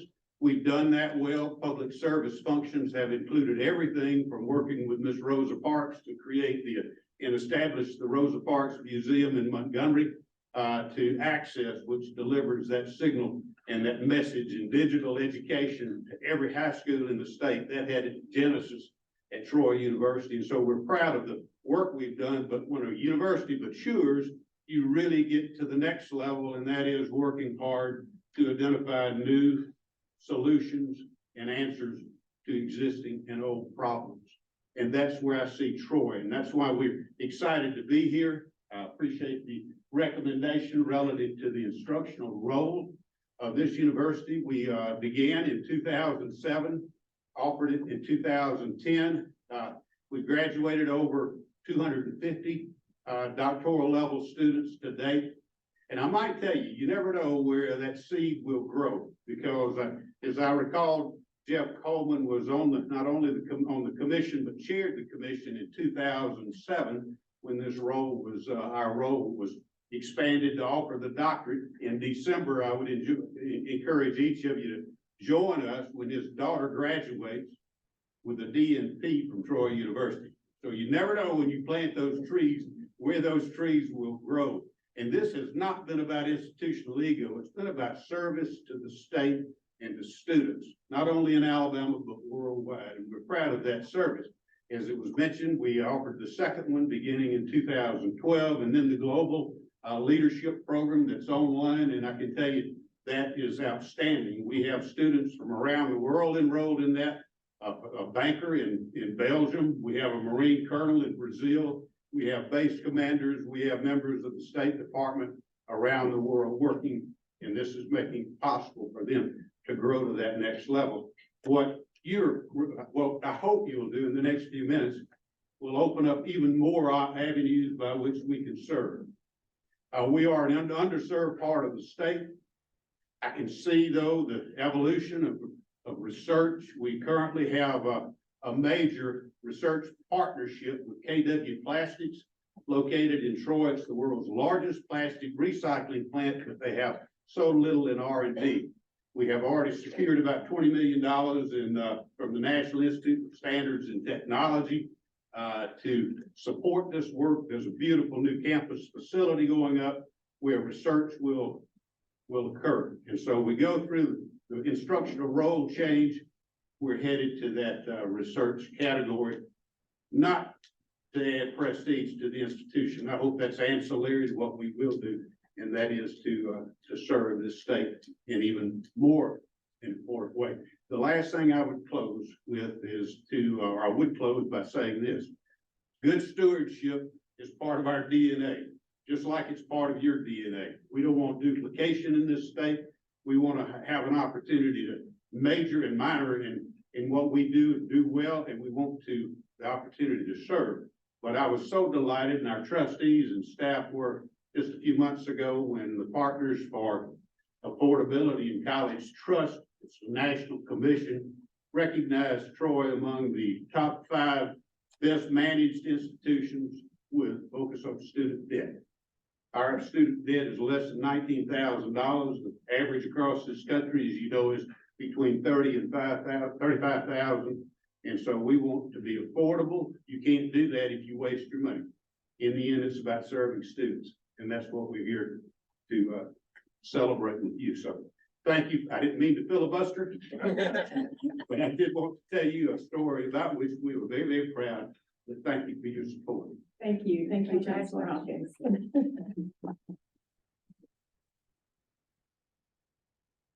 And we certainly thank you for your vision and your history, and I'm sure Alabama is much better for it, so thank you so much. With that, Chair entertains a motion to approve the staff recommendation. So approved. Second. We have a motion and a second to approve. Are there any questions or comments? All in favor of approving, say aye. Aye. And all opposed, like sign. The change of instructional role is approved. The second program from Troy University, presented by Dr. McGill, will be the Master of Business Administration in Business Design. All right, thank you, Chair. This one is worth talking a little bit about the curriculum. Troy University is doing something innovative with its Master of Business Administration, in addition to the existing MBA that will continue in both online and face-to-face formats. But Troy is developing a separate MBA that focuses on business design, meaning startup businesses and entrepreneurship. Right now, Alabama does have, Innovate Alabama initiatives where we're trying to increase commercialization, tech transfer, business launching, incubating in the startup sector. And this kind of plugs into that wider state effort, and also connects with resources and investments Troy has made through its Idea Bank, which is where students can take advantage of some venture funds that the university and alumni have made available and be in that incubator and startup space. And for this degree, it's coming out of the College of Business, and students will be responsible for bringing forward a business idea from its inception to hopefully its implementation, potentially with some idea bank funding. The goal is to adapt existing MBA kind of broad training focused on startup businesses in a specific contextualized format. There will be two concentrations. One is interdisciplinary, so students can take business courses and also external courses that enhance their knowledge of the particular sector that they hope for their startup to be in. And then there's a specific sector focus for the music industry. There is no new funding projected for this program. There will be some new courses, but largely the expertise is coming from existing faculty members who will then add this to their into their load. And with that, staff is recommending approval for the MBA in business design. Thank you. Chair entertains a motion to approve the staff recommendation. Motion to. Okay, we have a motion. Second. Second, we have a motion and a second to approve. Are there any questions or comments? All in favor of approving, say aye. Aye. And all opposed, like sign. Program is approved. The next program will be from University of Alabama, presented by Dr. McGill, Master of Science in Nursing and Master's Entry to the Profession of Nursing. Thank you, Chair. That one is a mouthful. I know the UA system representatives are here. Should there be any questions for them? So this program is, I mean, I'll call it a hybrid. They probably wouldn't call it this, but a Master of Science in Nursing is already offered by the University of Alabama, as is the Bachelor of Science in Nursing, which is the university's pre-licensure program. So that's for first-time nurses who need to go through that registered nursing training and simulators and learn how to do all the things. In fact, we saw some of the simulation programs here yesterday for those who went on the tour. So this master's level program is seeking a new entry pathway into the profession of nursing for those who already have a bachelor's degree in something else. And the University of Alabama has dug into its own enrollment pipelines and discovered there are at least, I think it was 90 graduates a year who started in nursing and finished in something else. And so this program would be a chance for them to come back into the nursing profession, given the shortages and the needs that the state has in nursing, to complete their registered nursing pre-licensure and an accelerated path that allows them to get an MSN and go straight into employment. There will be no resources needed for this program. The only other institution that offers a similar program and scope in terms of accelerated pre-licensure to masters is UAB. This program will focus largely on rural and community health as part of its practical training that's required for the pre-licensure nurses. That is through a partnership with UA's College of Community Health Sciences will provide some of the clinical partnerships. There is one additional post-implementation condition, which shouldn't be hard to meet, that this program receive approval from the Alabama Board of Nursing for that registered nursing license. With that, staff is recommending approval for the program. Thank you. Chair entertains a motion to approve the staff recommendation. Second. We have a motion and a second. Any questions or comments? And I'd just like to personally say I'm glad to see this. There is definitely a huge demand for nursing all across the state. So congratulations for this. All in favor of approving, say aye. Aye. And all opposed, like sign. The program is approved. The next program will be from the University of Alabama at Birmingham, presented by Dr. McGill, Master of Science in Healthcare Innovation. Thank you, Chair. This program, Master of Science in Healthcare Innovation, is being brought forward from the School of Medicine at UAB. They have extensive collaborations with other schools across campus for this program, including the tech transfer office, business, health professions, engineering. But specifically, this program is around innovations in healthcare and clinical practice. You may remember that very recently the commission approved programs for UAB that were focused on innovations in biotechnology. And those are more focused on product development. And this particular degree is on those practices of delivering care using new tools and technologies. There would be two concentrations within this master's program. The first is artificial intelligence in medicine, and the second is digital healthcare. Similar to what we were discussing before with Troy, there is a heavy focus on entrepreneurship and having those who engage in the program start a business at the end of the degree.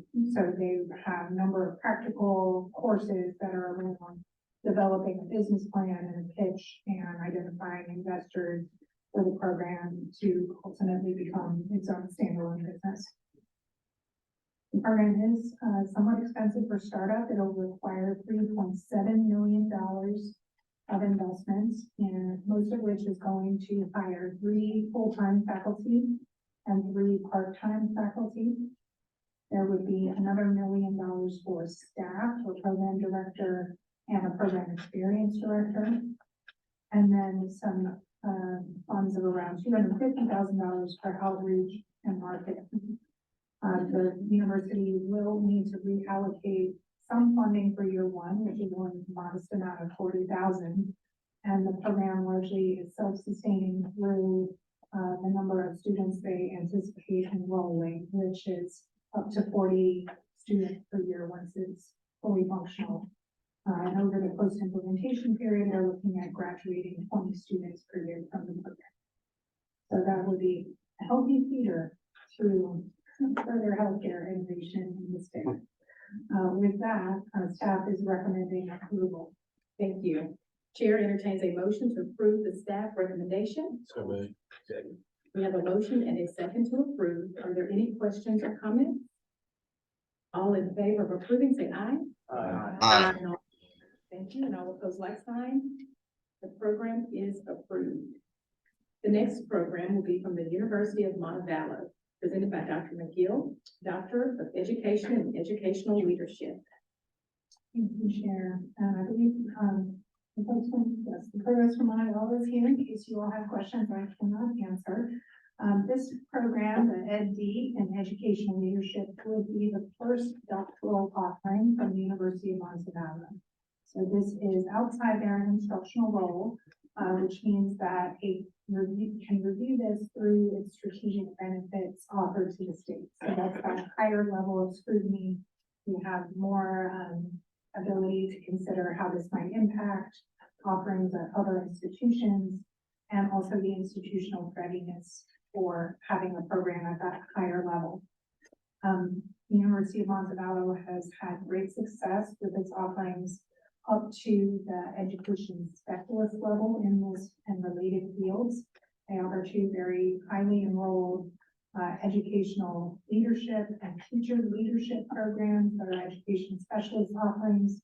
The doctorate would package some of that coursework and add additional research-focused courses and also more advanced doctoral training around the leadership aspects of education. So there is a healthy foundation for the curriculum. Only 18 courses would be needed, which the university projects they can manage with 1 new full-time faculty member. Some modest investments in library and accreditation through the Specialized Accreditor for Education, which is the Council for Accreditation and Education Preparation. The program will require startup funds to implement, but it will also generate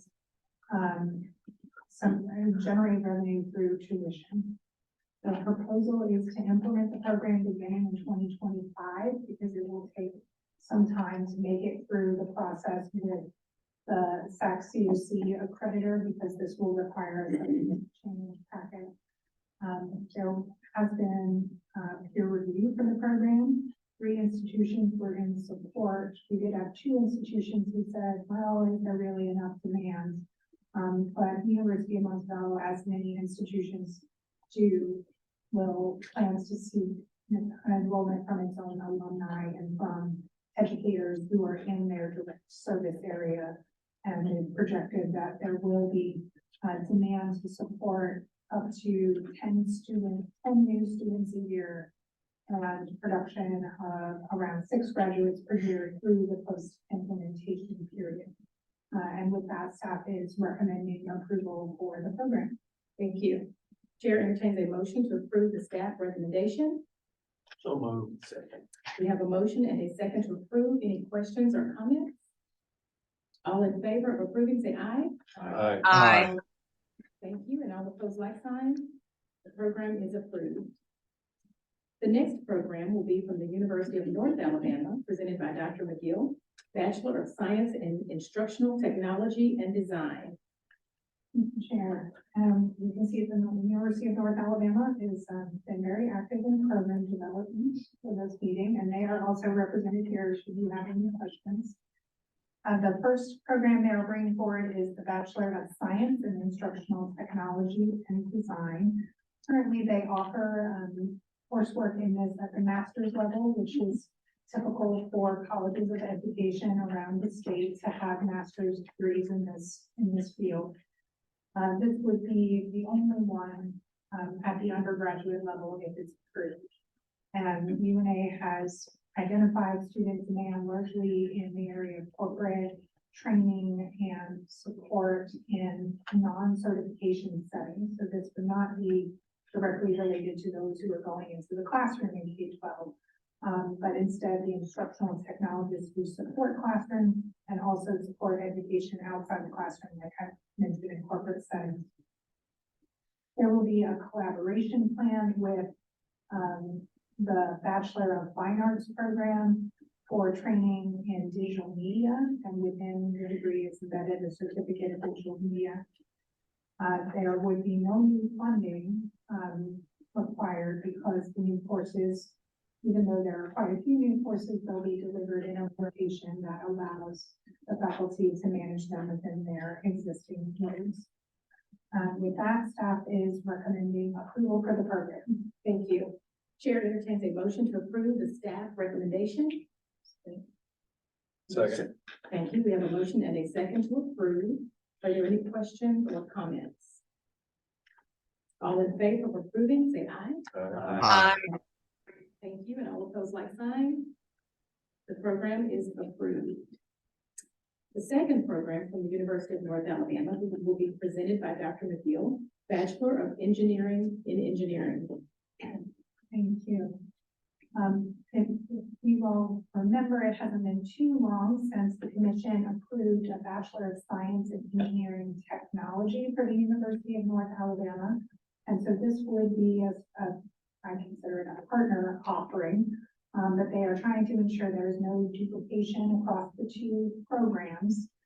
And this engineering program would also, like its partner program, be accredited by the ABET Special Accreditation for Engineering and Technology. Previous one is through the Accreditation Commission for Engineering Technology, and this new program would be the Sub-Accreditation Commission for Engineering. The university is proposing to develop a significant number of new courses that allow undergraduate certifications to take up much of the program electives. So students would need to complete 24 credit hours of electives, and they are encouraged to choose biological engineering, chemical engineering, power generation engineering, manufacturing engineering, and engineering management. The biological and chemical engineering are currently offered as concentrations with engineering technology, and those would be taught out and then moved over into the new Bachelor of Engineering program. The university is also eager to embed industry certifications within the specific specialties. So For example, the Six Sigma certification within manufacturing engineering. It does require some investments in new faculty, one full-time and two part-time, largely to fill out that offering in manufacturing engineering, which we know is important in the northern part of the state, but also throughout the state with our presence in auto and defense manufacturing. The university is planning a new facility to support the engineering labs. That facility would be shared with engineering technology and with some of the other science and related labs. And it is funded through separate line items and not directly through the tuition for the program. The only other program that is kind of similarly broad and interdisciplinary at the undergraduate level is offered by UAB. Many of the other institutions offer full degree in each one of the specialty areas. Okay, so with that overview, staff is recommending approval for this program. Thank you. Chair entertains a motion to approve the staff recommendation. Second. We have a motion and a second to approve. Are there any questions or comments? All in favor of approving, say aye. Aye. And all opposed, like sign. Program is approved. The third program from the University of North Alabama will be presented by Dr. McGill, Bachelor of Business Administration in Human Resource Management. Thank you, Chair.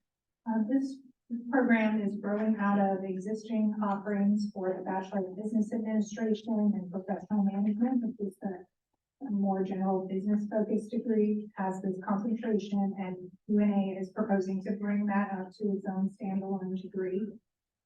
That means that there will be very little resource involved in putting forward this degree, just a modest investment in faculty overload.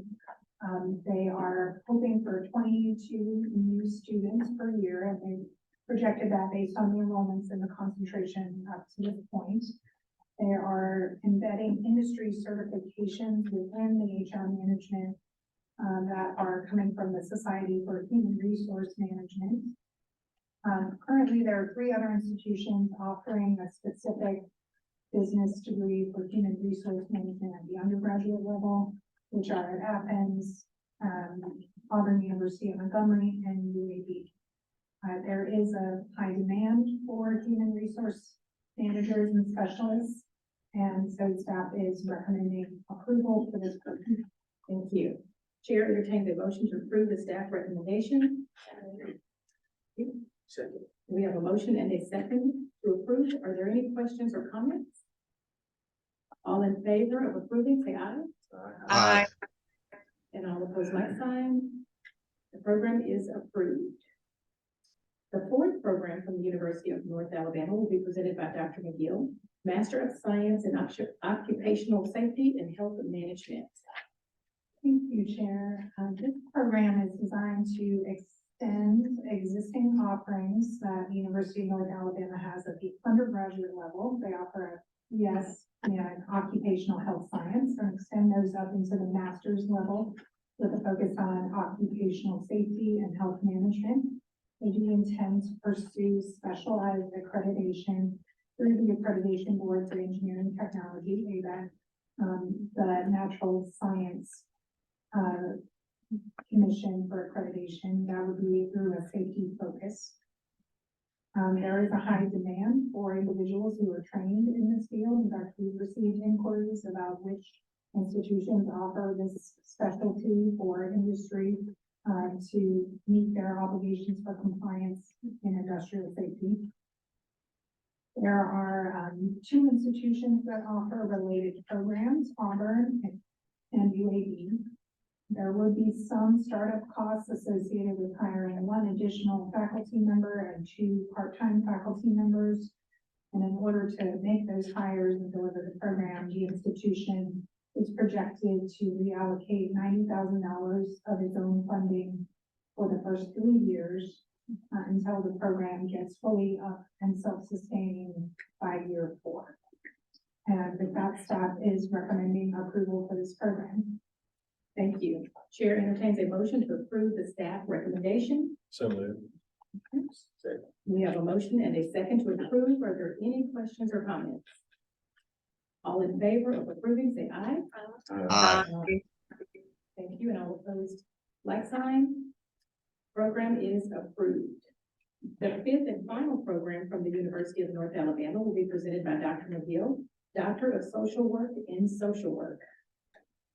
Thank you, Chairwoman. This Doctor of Social Work in Social Work is a practice-focused doctorate.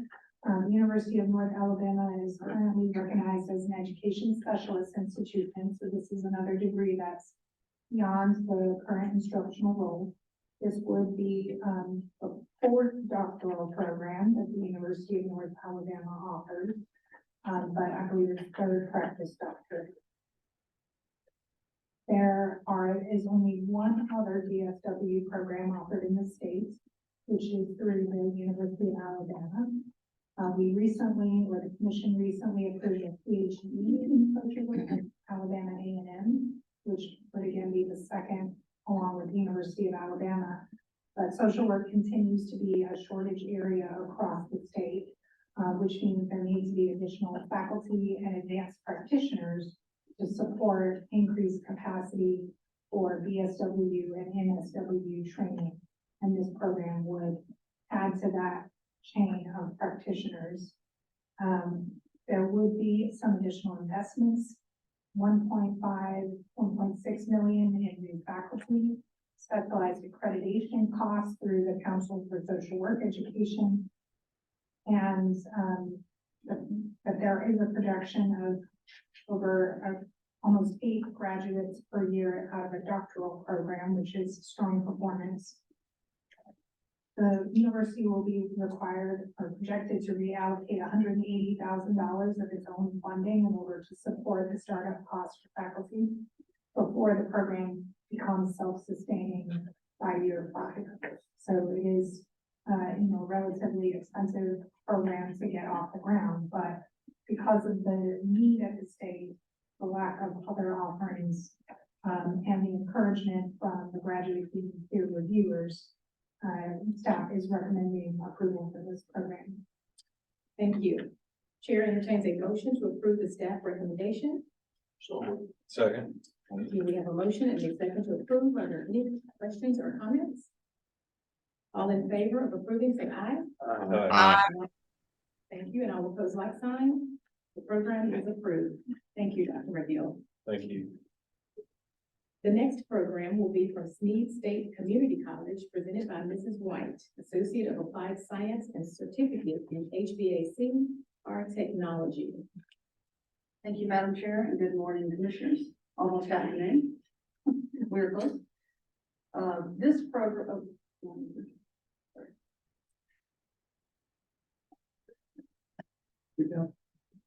this program will prepare graduates for employment as heating, air conditioning, and refrigeration mechanics and installers. And all of these positions are included on both the statewide and Region 1 in-demand occupations list. Although there are several other programs in the state, Snead is located in Marshall County, and local employers have relayed to the institution that they don't believe that graduates of other programs are willing to travel or move to the Marshall County area. So there's a need for people to fulfill these positions. This program will benefit from the new Workforce Skills Training Center. It's a 50,000 square foot training facility set to open in Gunnersville in fall 2024. And it is fully funded through federal and state investments. The program will provide students an opportunity to participate in work-based learning with employers in a required co-op course. An industry advisory board will provide support through annual review of program curriculum and job opening notices. This program will seek to become a Power 5 HVAC apprenticeship. Associate and certificate graduates will be eligible to sit for the Alabama Board of Heating, Air Conditioning, and Refrigeration Contractors exam upon or prior to graduation in order to earn a state license in order to obtain a position. They will also be prepared to pass an EPA-approved test to earn Section 608 technician certification. The proposal projected $900,000 in startup costs to support the program over the first 7 years. This includes funds for one new full-time faculty member and one adjunct instructor and first year equipment and supplies. The program is expected to generate $500,000 in tuition and will be supplemented by $390,000 in extramural funding from federal and local sources and a possible $35,000 Region 1 workforce grant. And staff is recommending approval of this program. Thank you. Chair entertains a motion to approve the staff recommendation. Motion to approve. Second. Thank you. We have a motion and a second to approve. Any questions or comments? I will say I did have the opportunity to visit Sneed, the college, and that's going to be a very welcome addition to the community. So they're doing great things over there in Marshall County. All right. All in favor of approving, say aye. Aye. And all opposed, like sign. The program is approved. The second program from Sneed State Community College will be presented by Mrs. White, Associate of Applied Science and Certificate in Machine Tool Technology. This program will allow students the opportunity to train in all facets of machining. They will learn how to operate machine tools used in the form of metal components, as well as the fabrication of special tools, dies, jigs, and fixtures used in cutting, working, and finishing metal components. This program will also benefit from the Workforce Skills Training Center that was just mentioned in the previous proposal. Businesses in Sneed's service area have expressed a need to hire trained machine tooling workers. And according to labor market analysis, companies within a 60-mile radius of the college will see an average 7.8% increase in these positions through the year 2030. The proposal was supported by 6 local business and industry partners and potential employers expressing the need. Sneed will seek accreditation through the National Institute for Metalworking Skills, or NIMS for short, which offers industry recognized credentials, and graduates will be prepared to sit for NIMS certification exam. The program proposal projects $1.5 million in startup costs over the first 7 years. A third of that sum will be used to hire one full-time faculty and one adjunct instructor, and the remaining 2/3 will be used to purchase startup equipment, the majority of that in the first year. The program will be supported by $1 million in federal extramural funds and $48,000 in local and other extramural funds to assist with the equipment purchases. It is expected to generate $500,000 for tuition. And staff is recommending approval of this program. Thank you. Chair entertains a motion to approve the staff recommendation. Motion to approve. Second. We have a motion and a second to approve. Are there any questions or comments? All in favor of approving, say aye. Aye. And all opposed, like sign.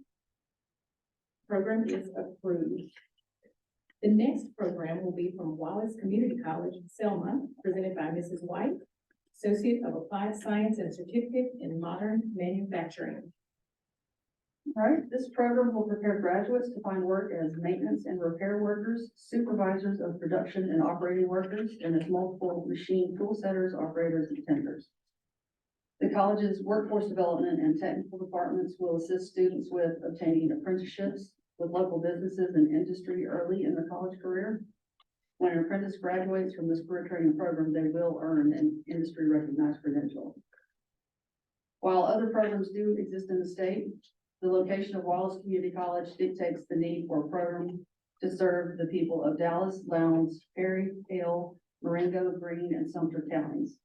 Wallace's location is central to all counties in the service area and will make this program very accessible to students. The proposal projects only $100,000 in new funds will be required to support the program over the first 7 years. This includes funds for 3 part-time faculty members and the purchase of new equipment in year 1. The program is expected to generate $240,000 for tuition. Staff is recommending approval of this program. Thank you. Chair entertains a motion to approve the staff recommendation. Motion to approve. Second. Okay, we have a motion and a second to approve. Are there any questions or comments? All in favor of approving, say aye. Aye. Thank you, and all opposed, like sign. The program is approved. Thank you, Mrs. White. Now we move to the informational items. Items 1 through 8 are normally accepted or not accepted by the commission as a whole. Chair will now entertain a motion to approve these items collectively. So moved. Second. Okay, we have a motion and a second to approve. Are there any questions or comments? All in favor of approving, say aye. Aye. Thank you, and all opposed, like sign. The informational items are accepted, and we are adjourned. Thank you all for coming today. Yeah. Right, good to see you.